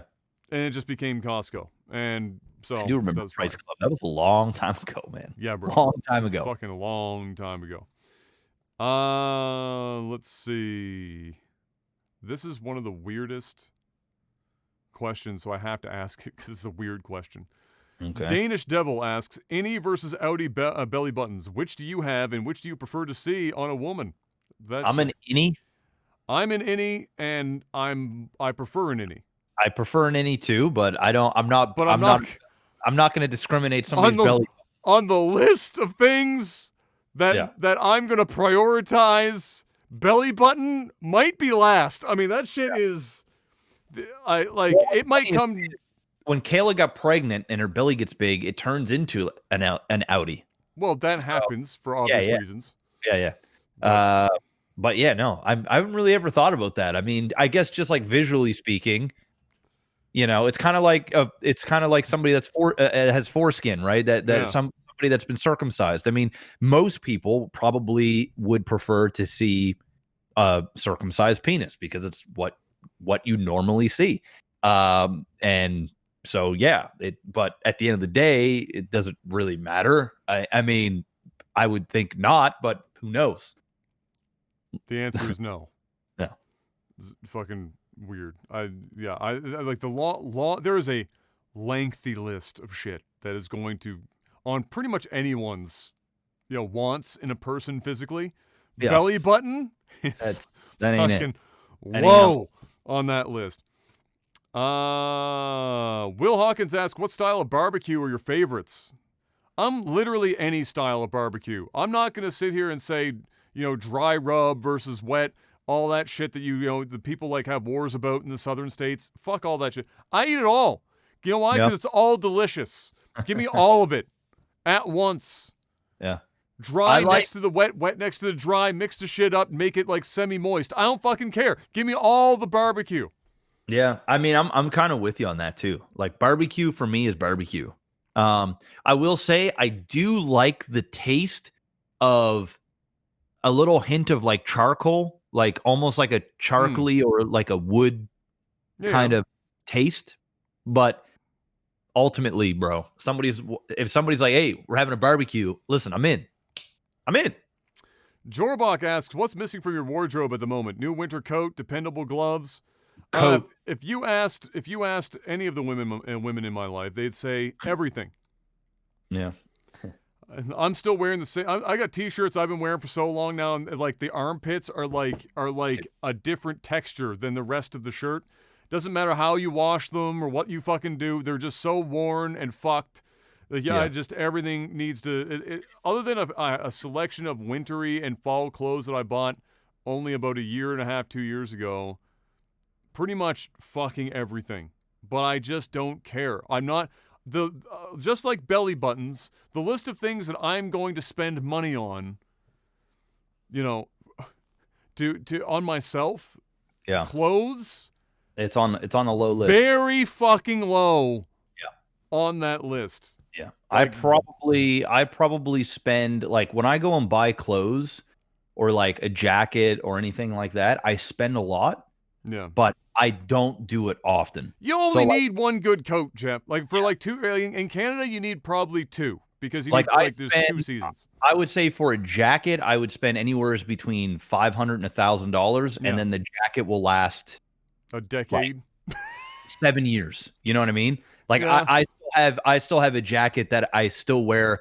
I mean, if anybody watches my streams or anything, or watches any of my social media, you see I wear the same fucking clothes all the goddamn time. I'm pretty sure I have the same sweater on this week as I did last week. Yeah, you probably do. And I probably I was probably wearing your War Council sweater. Yeah. So yeah, I do spend a lot of money on clothes. Like, it's nothing for me to spend $30-$50 on a shirt, but I also know that I'm gonna wear that shirt until it is not wearable. Either I'm gonna outgrow it, or I'm gonna wear it to the point where it's ripped and it can't be worn anymore. Like, it goes on for years. Kayla's the same way. Clothes just really isn't it. Where clothes gets weird, where clothes gets weird for me is when you start getting into like deep into brand names, but they're basically just plain clothes. Yeah. So you're buying a t-shirt, $50 for and it's like fucking $50 to $100, and it doesn't even have a logo. It's just a plain white tee. Oh, yeah. Like, you could That's just like it's like this one. It's just a black plain white tee, and this is actually a Saks shirt. This is from Saks. Yeah. And I've had this and they sent it to me for free. It's like, I've been wearing this, and I've got a gray one, just plain stuff that wear under a sports blazer or something, or just wear as normal. And like, imagine spending nearly $100 on a white t-shirt. No, the answer is no. No, never.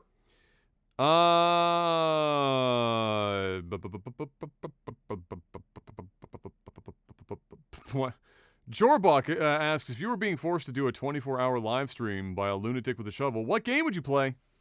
What's your 24-hour stream game right now?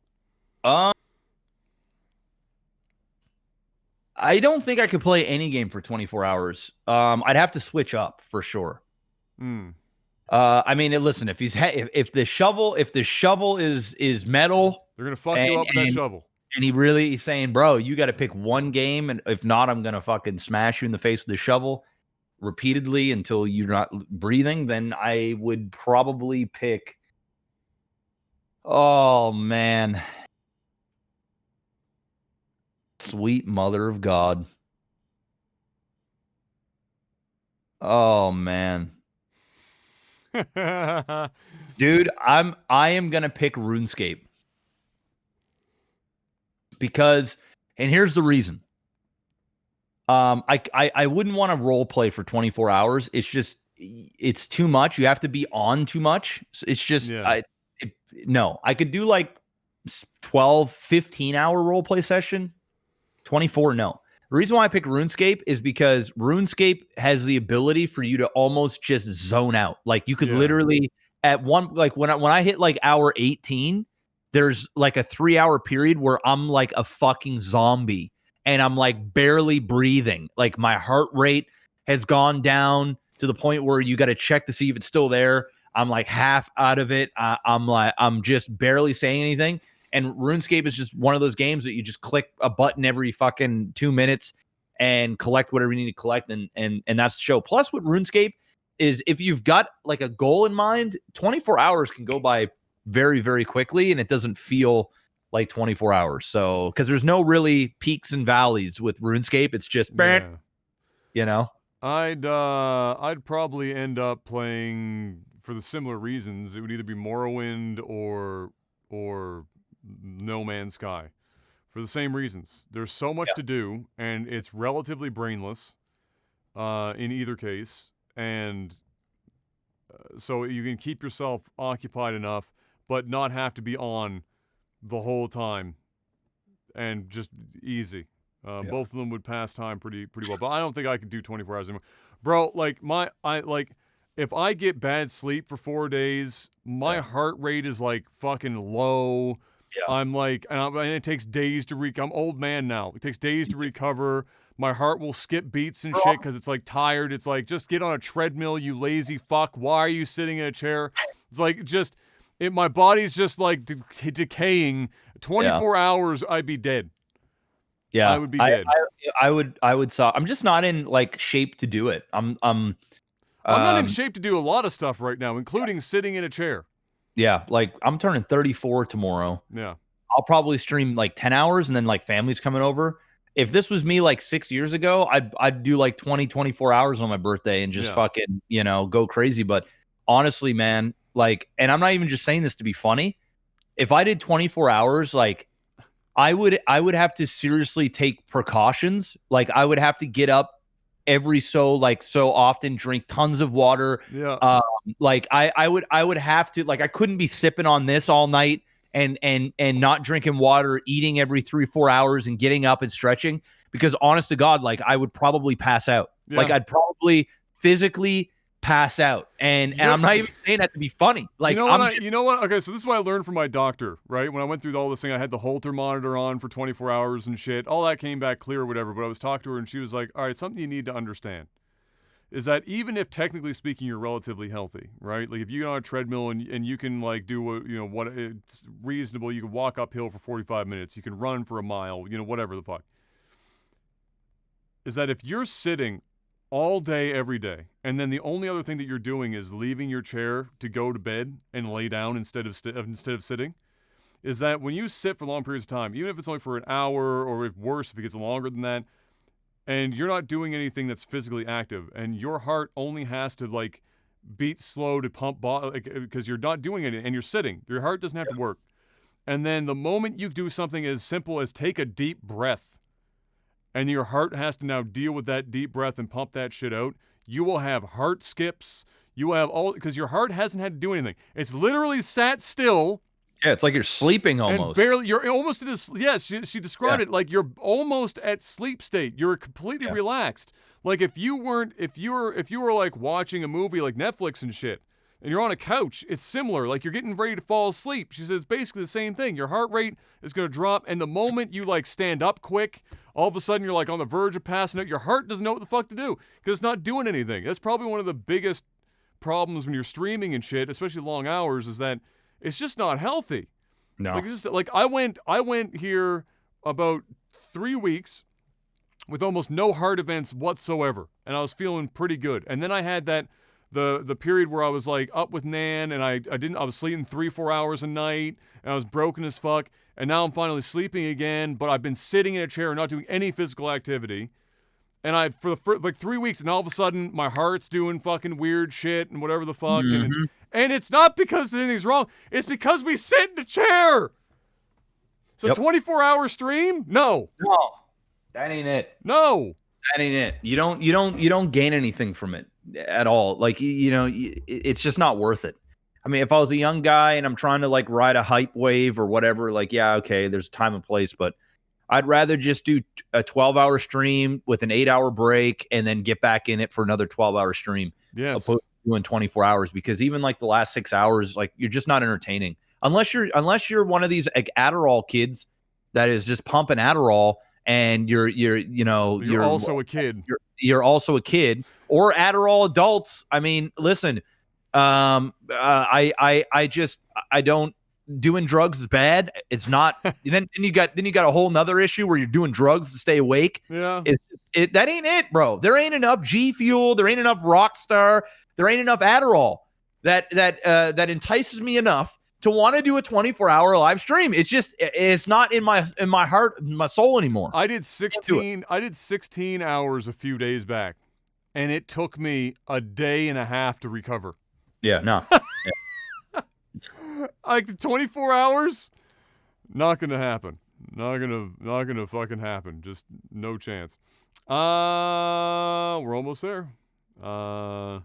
I gotta bounce soon. Yeah. We're almost there. We're at the last bit of the stretch. Fresh to Death Batman. Fire name, by the way. This one is mainly for Adam. I don't know if Jeff was ever a big basketball fan. What's your opinion of modern NBA? And who's your favorite player? I'll make this relatively short because he's also got a second follow-up here that you'll be able to answer more. Because I don't think you're into NBA much. You're not into sports in general other than UFC. I don't even get the chance to watch much NBA these days. But like in all honesty, modern NBA to me is a fucking snooze fest for a bunch of fucking pansies.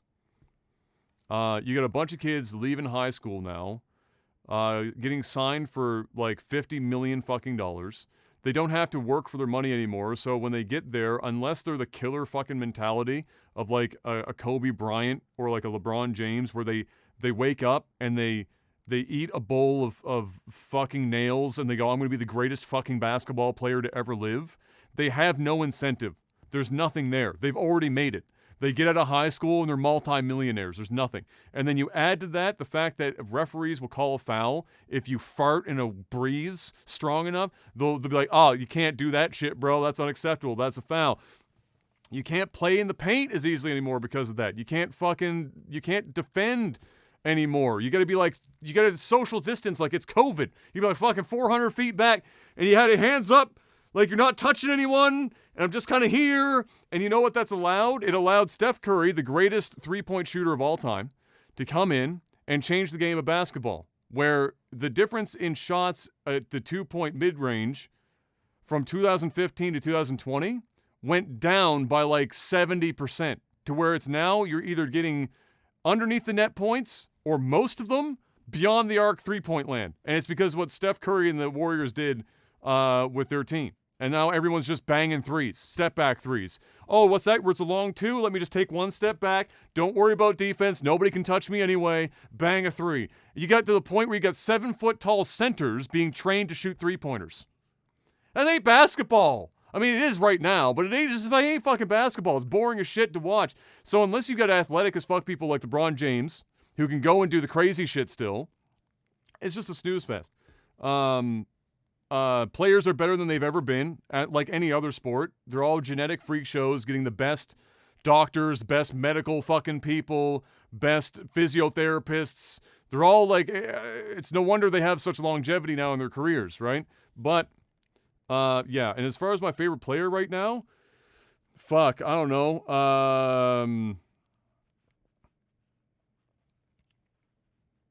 Fuck. Durant, maybe. Fucking Kyrie's obviously good. Yeah, if you're gonna ask me, anyone that still does pull-up jumpers in the 2-point field, I'll say I like that guy. And there's a short list of people that are like that. The guy who fucking carried Toronto to a championship and now he's like fucking off somewhere else. What's his name? He's another one of them. Anyway, yeah, basketball's in a weird fucking spot. For sure. For me, anyway, because I grew up in the 90s watching real basketball where men didn't have to like bitch, whine, and moan and cry like soccer players every time somebody touched them. So yeah, that's my opinion of current day basketball. Last question, also from Fresh to Death Batman. Did you guys ever have a teacher who openly disliked you? Kawhi Leonard, that was it, yeah. Openly disliking you. I don't think so. I don't think. I mean, I've annoyed teachers from being like a class clown and a center of attention, but I think at the same time, I think they kind of just, I don't know, maybe they did a good job at hiding it. I definitely have pissed off teachers for sure, but I've never got the vibe of like, man, this teacher fucking hates me. Like they roll their eyes every time I walk in the classroom. So yeah, I don't think that's the case. I had I've been too young to pick up on those. Yeah, that's the other thing. You might have been too young for it. There was one, but it was university, so I was old enough to pick up on it. It was my macroeconomics professor. He was fresh out of Britain with that fucked up teeth, terrible breath, and massive fucking ego. And I made the mistake of correcting him in class on like the second week or some shit because he said something wrong at the board, and I raised my hand and I was like, "Isn't it actually?" And of course, that was probably a terrible life choice. But he came over to me and he got down with his fucked up teeth and his terrible ass breath, and he whispered to me, he's like, "I'm gonna make sure that any small little slip ups you have for the rest of the year, you're gonna pay dearly for them." I was like, "Okay, have a Mentos." So got him. So you know what I did? I didn't slip up, and I got an A+ in that fucking class because fuck you. Got him. So, it's because it's first year macroeconomics. This guy's he's up there teaching some crazy shit. Like the supply line goes this way, and the demand line goes that way. And when they cross over, I took microeconomics in university. I ended up dropping out. But man, I remember I struggled I struggled in those classes, and I swear to God, if I took those classes today, I'd be an A student. Well, you've had a lot of experience with I'd just that be kind of shit now, right? Yeah, I'd just be an A student. Like, Yeah. there's so much like of school. It just goes to show that like you really don't need school to get educated, especially the way the internet is. It's just a it's an expedited learning, Yeah. right? You cram. Yeah. I mean, you it cram is. you cram a decade worth of real life experience into theory within 2 to 4 years. I mean, listen, I firmly believe, and somebody can have the discussion in the comment section, but I firmly believe that unless you're very, very hyper specific about what you want to do for a living, that you can self-educate yourself on the internet if you are disciplined enough to do so. You can get it done infinitely faster than going to school for 4 years, obviously infinitely cheaper. Even if you paid somebody privately to help you with certain aspects of it that you needed a little bit more help on, you can virtually self-teach yourself to do really anything if you're that type of person that is that driven and can stay that focused. Some people need that structure. Some people need that classroom, kind of like you need that structure for a job, like be at work at 9, you leave at 4, show up Monday to Friday. If you're late, you're fired type thing. Some people need that in order to push them to be there. But no, it's basically, especially now, it's changed dramatically, especially since the job marketplace has changed dramatically in the last 12 years. For me, the way I've always looked at it, even when I got my degree, it wasn't like, it's not that I thought it, except if you're talking about like a doctor, obviously there are some professions that you gotta, right? You're not gonna fucking go out and go to like the mayoclinic.com and be like, all right, time to get a medical degree. Like, that's just not gonna fuck. But like going to school for business, you know what I mean? Yeah, so like for me, for somebody who got a commerce degree, right? So for me, I looked at it as if it was, for me, when I was going to go and try and get a job in the field, the way I looked at it was the degree and the quality of my degree. So how well I did to get the degree, and the degree itself showed that I had a certain competency with that thing. It didn't show that I was going to be, let's say, better than somebody who had real life experience for 4 years in the role. But what it would show is that I have the competency that you plug me in there, and on the other side, the value there has a better chance, a higher probability chance than somebody without the degree of turning into a more valuable employee. That was the whole concept for me. It wasn't that you couldn't. It was that from an HR perspective, in certain roles, you looked at it and you go, okay, if I'm going to bet on which one of these two people are likely to come out being a more valuable employee to the company long term, it's likely going to be the one that shows on paper they have the competency, disciplined enough to go through, and somebody who just comes out. I get it. Because you can obviously, like, it's otherwise, what would like the most well-known entrepreneurs in the world not, some of them, obviously, and this is a dangerous comparison. It's like we mentioned this before. It's like some people will point out, like, Bill Gates dropped out of university or college and look how he did. Like, motherfucker, you ain't Bill Gates. Let's just stop it right there. Bill Gates ain't the average fucking university student. Bill, like, no, he's not the guy going to like C's get degrees in university. Bill Gates was a goddamn savant that recreated the entire fucking world with personal computers. Yeah, but it's not just Bill Gates. Like, we can't just look at the big guys. But that's all I'm saying is that's who people generally point at when they go, oh, you don't need a degree. It's look at Bill Gates. Look at don't do that. You should be, listen, if anybody goes out into their local market and they go to and they look up 100 small businesses that have been in business for 5 or more years, I guarantee you, out of those 100 businesses, the vast majority did not have a university education. Most of those people are people that didn't have a degree and that made their own business and made it work, and they made mistakes, and listen, tons of people lose their business because they're not disciplined enough or know those fundamentals, or doesn't have that street smart. But the vast majority of people do not have 4-year business degrees or 6-year business degrees. A lot of them are university dropouts, college dropouts, and a lot of them are high school dropouts. A lot of them just found their way.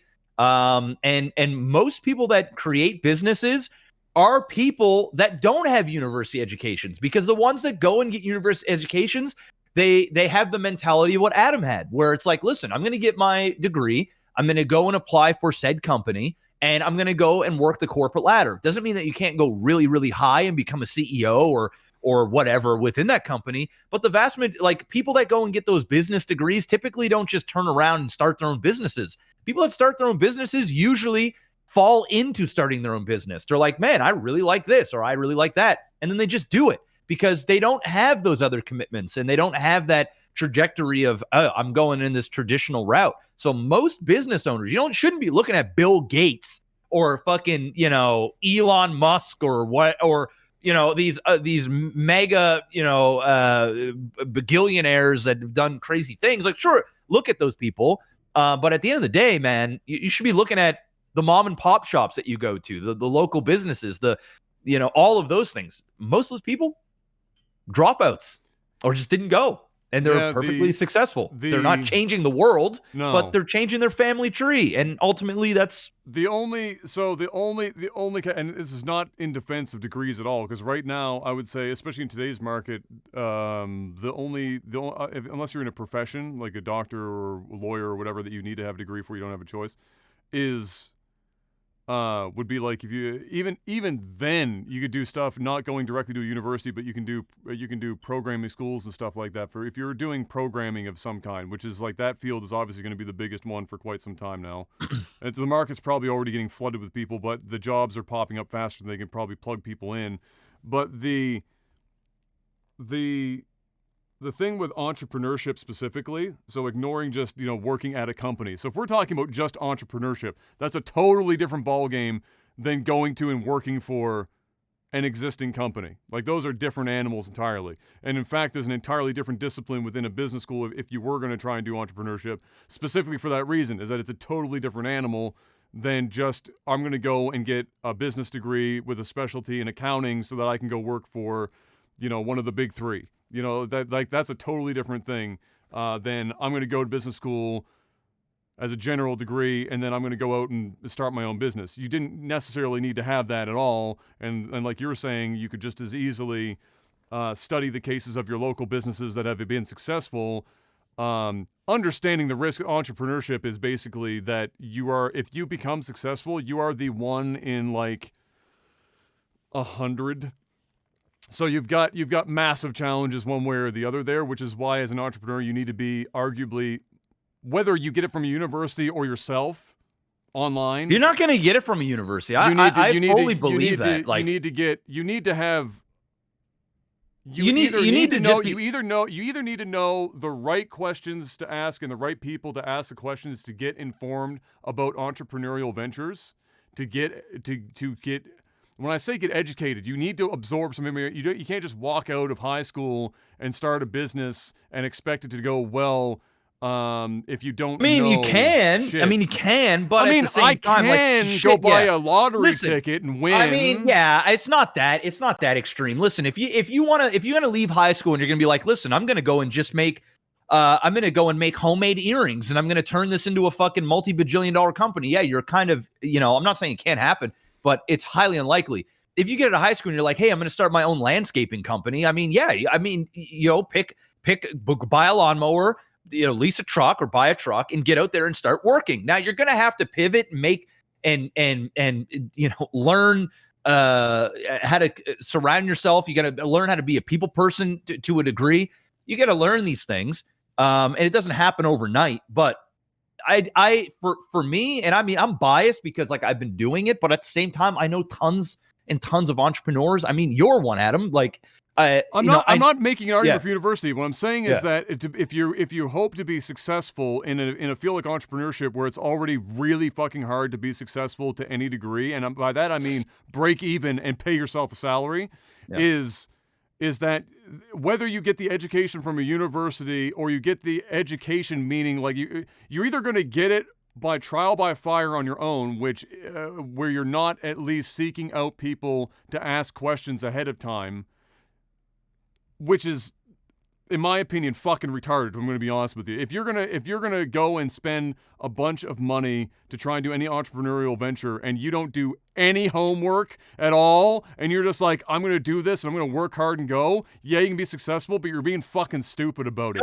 Ask some questions from people who are successful. I'm with you. I'm with you. I for sure. You want to do your research. You want to listen. You want to talk to other entrepreneurs. You ask somebody who's successful. Just ask them like simple questions. Like ask them questions. What was the keys to your success so that I don't make the same mistakes that you made early on? And the thing is it's super easy to find those. I mean, you got YouTube, you got podcasts, you've got tons of different things you can listen to get you in the right mindset. Yes. But with that being said, and I'll end this because I really got to go. Yeah. I'm also for people getting out there and just fucking doing it. Even if that means you're not asking for help, you're not asking, it may sound crazy, but I'm a firm believer in get out there, get in there neck deep, put yourself in the trenches, and you're going to see what you're made of. And it's either you are made for this, or either you're a true entrepreneur or you're a wantrepreneur.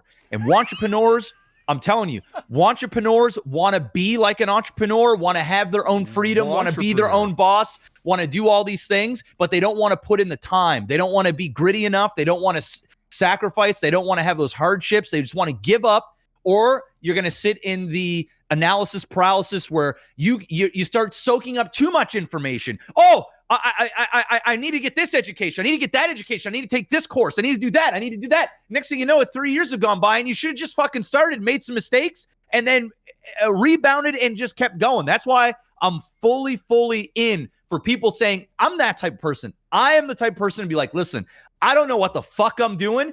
I'm jumping in because it forces me to get in and get it done or fail. And it's just really that simple. And I will obsess over something until I get it right. That's just because I'm wired that way. And not everybody's wired that way. If you want to be an entrepreneur and a successful one, it doesn't matter what it is. It could be anything. You got to be wired that way. And if you're not wired that way, that's why like 95% of small businesses fail, because they're just not wired. They can't, and it's not a bad thing. They're just not everybody is that guy. Pass LeBron, pass Kobe the ball. Pass Jordan the ball. He's going to put it in. You got 3 seconds on the clock for a ring. It's all on the line. It's do or die. You give it to those guys, they're going to make the shot 99% of the time. They just are, because that's what they do. You give it to somebody else that isn't a pressure player, that's a follower, that doesn't got what it takes, they're going to have the ball. Shit, I can't pass to somebody. They got to shoot it. It's going to be air ball, and you lose. That's it.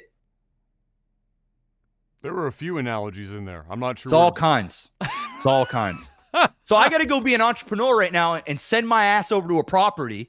Well, hopefully one of the other 3 walls aren't fucked by the time you get there. And we'll go from there. But ladies and gentlemen, that's it. That's all we got for Tech the Alpha this week. Thank you very much for stopping by. Where's my cursor? There it is. Thank you very much for stopping by. Hope you enjoyed yourselves. We'll see you guys next week for more shenanigans. And until then, stay safe out there. Wear a fucking mask. Wash your hands. And, yeah, fuck it. Technical Alpha. Let's go. Peace. Peace.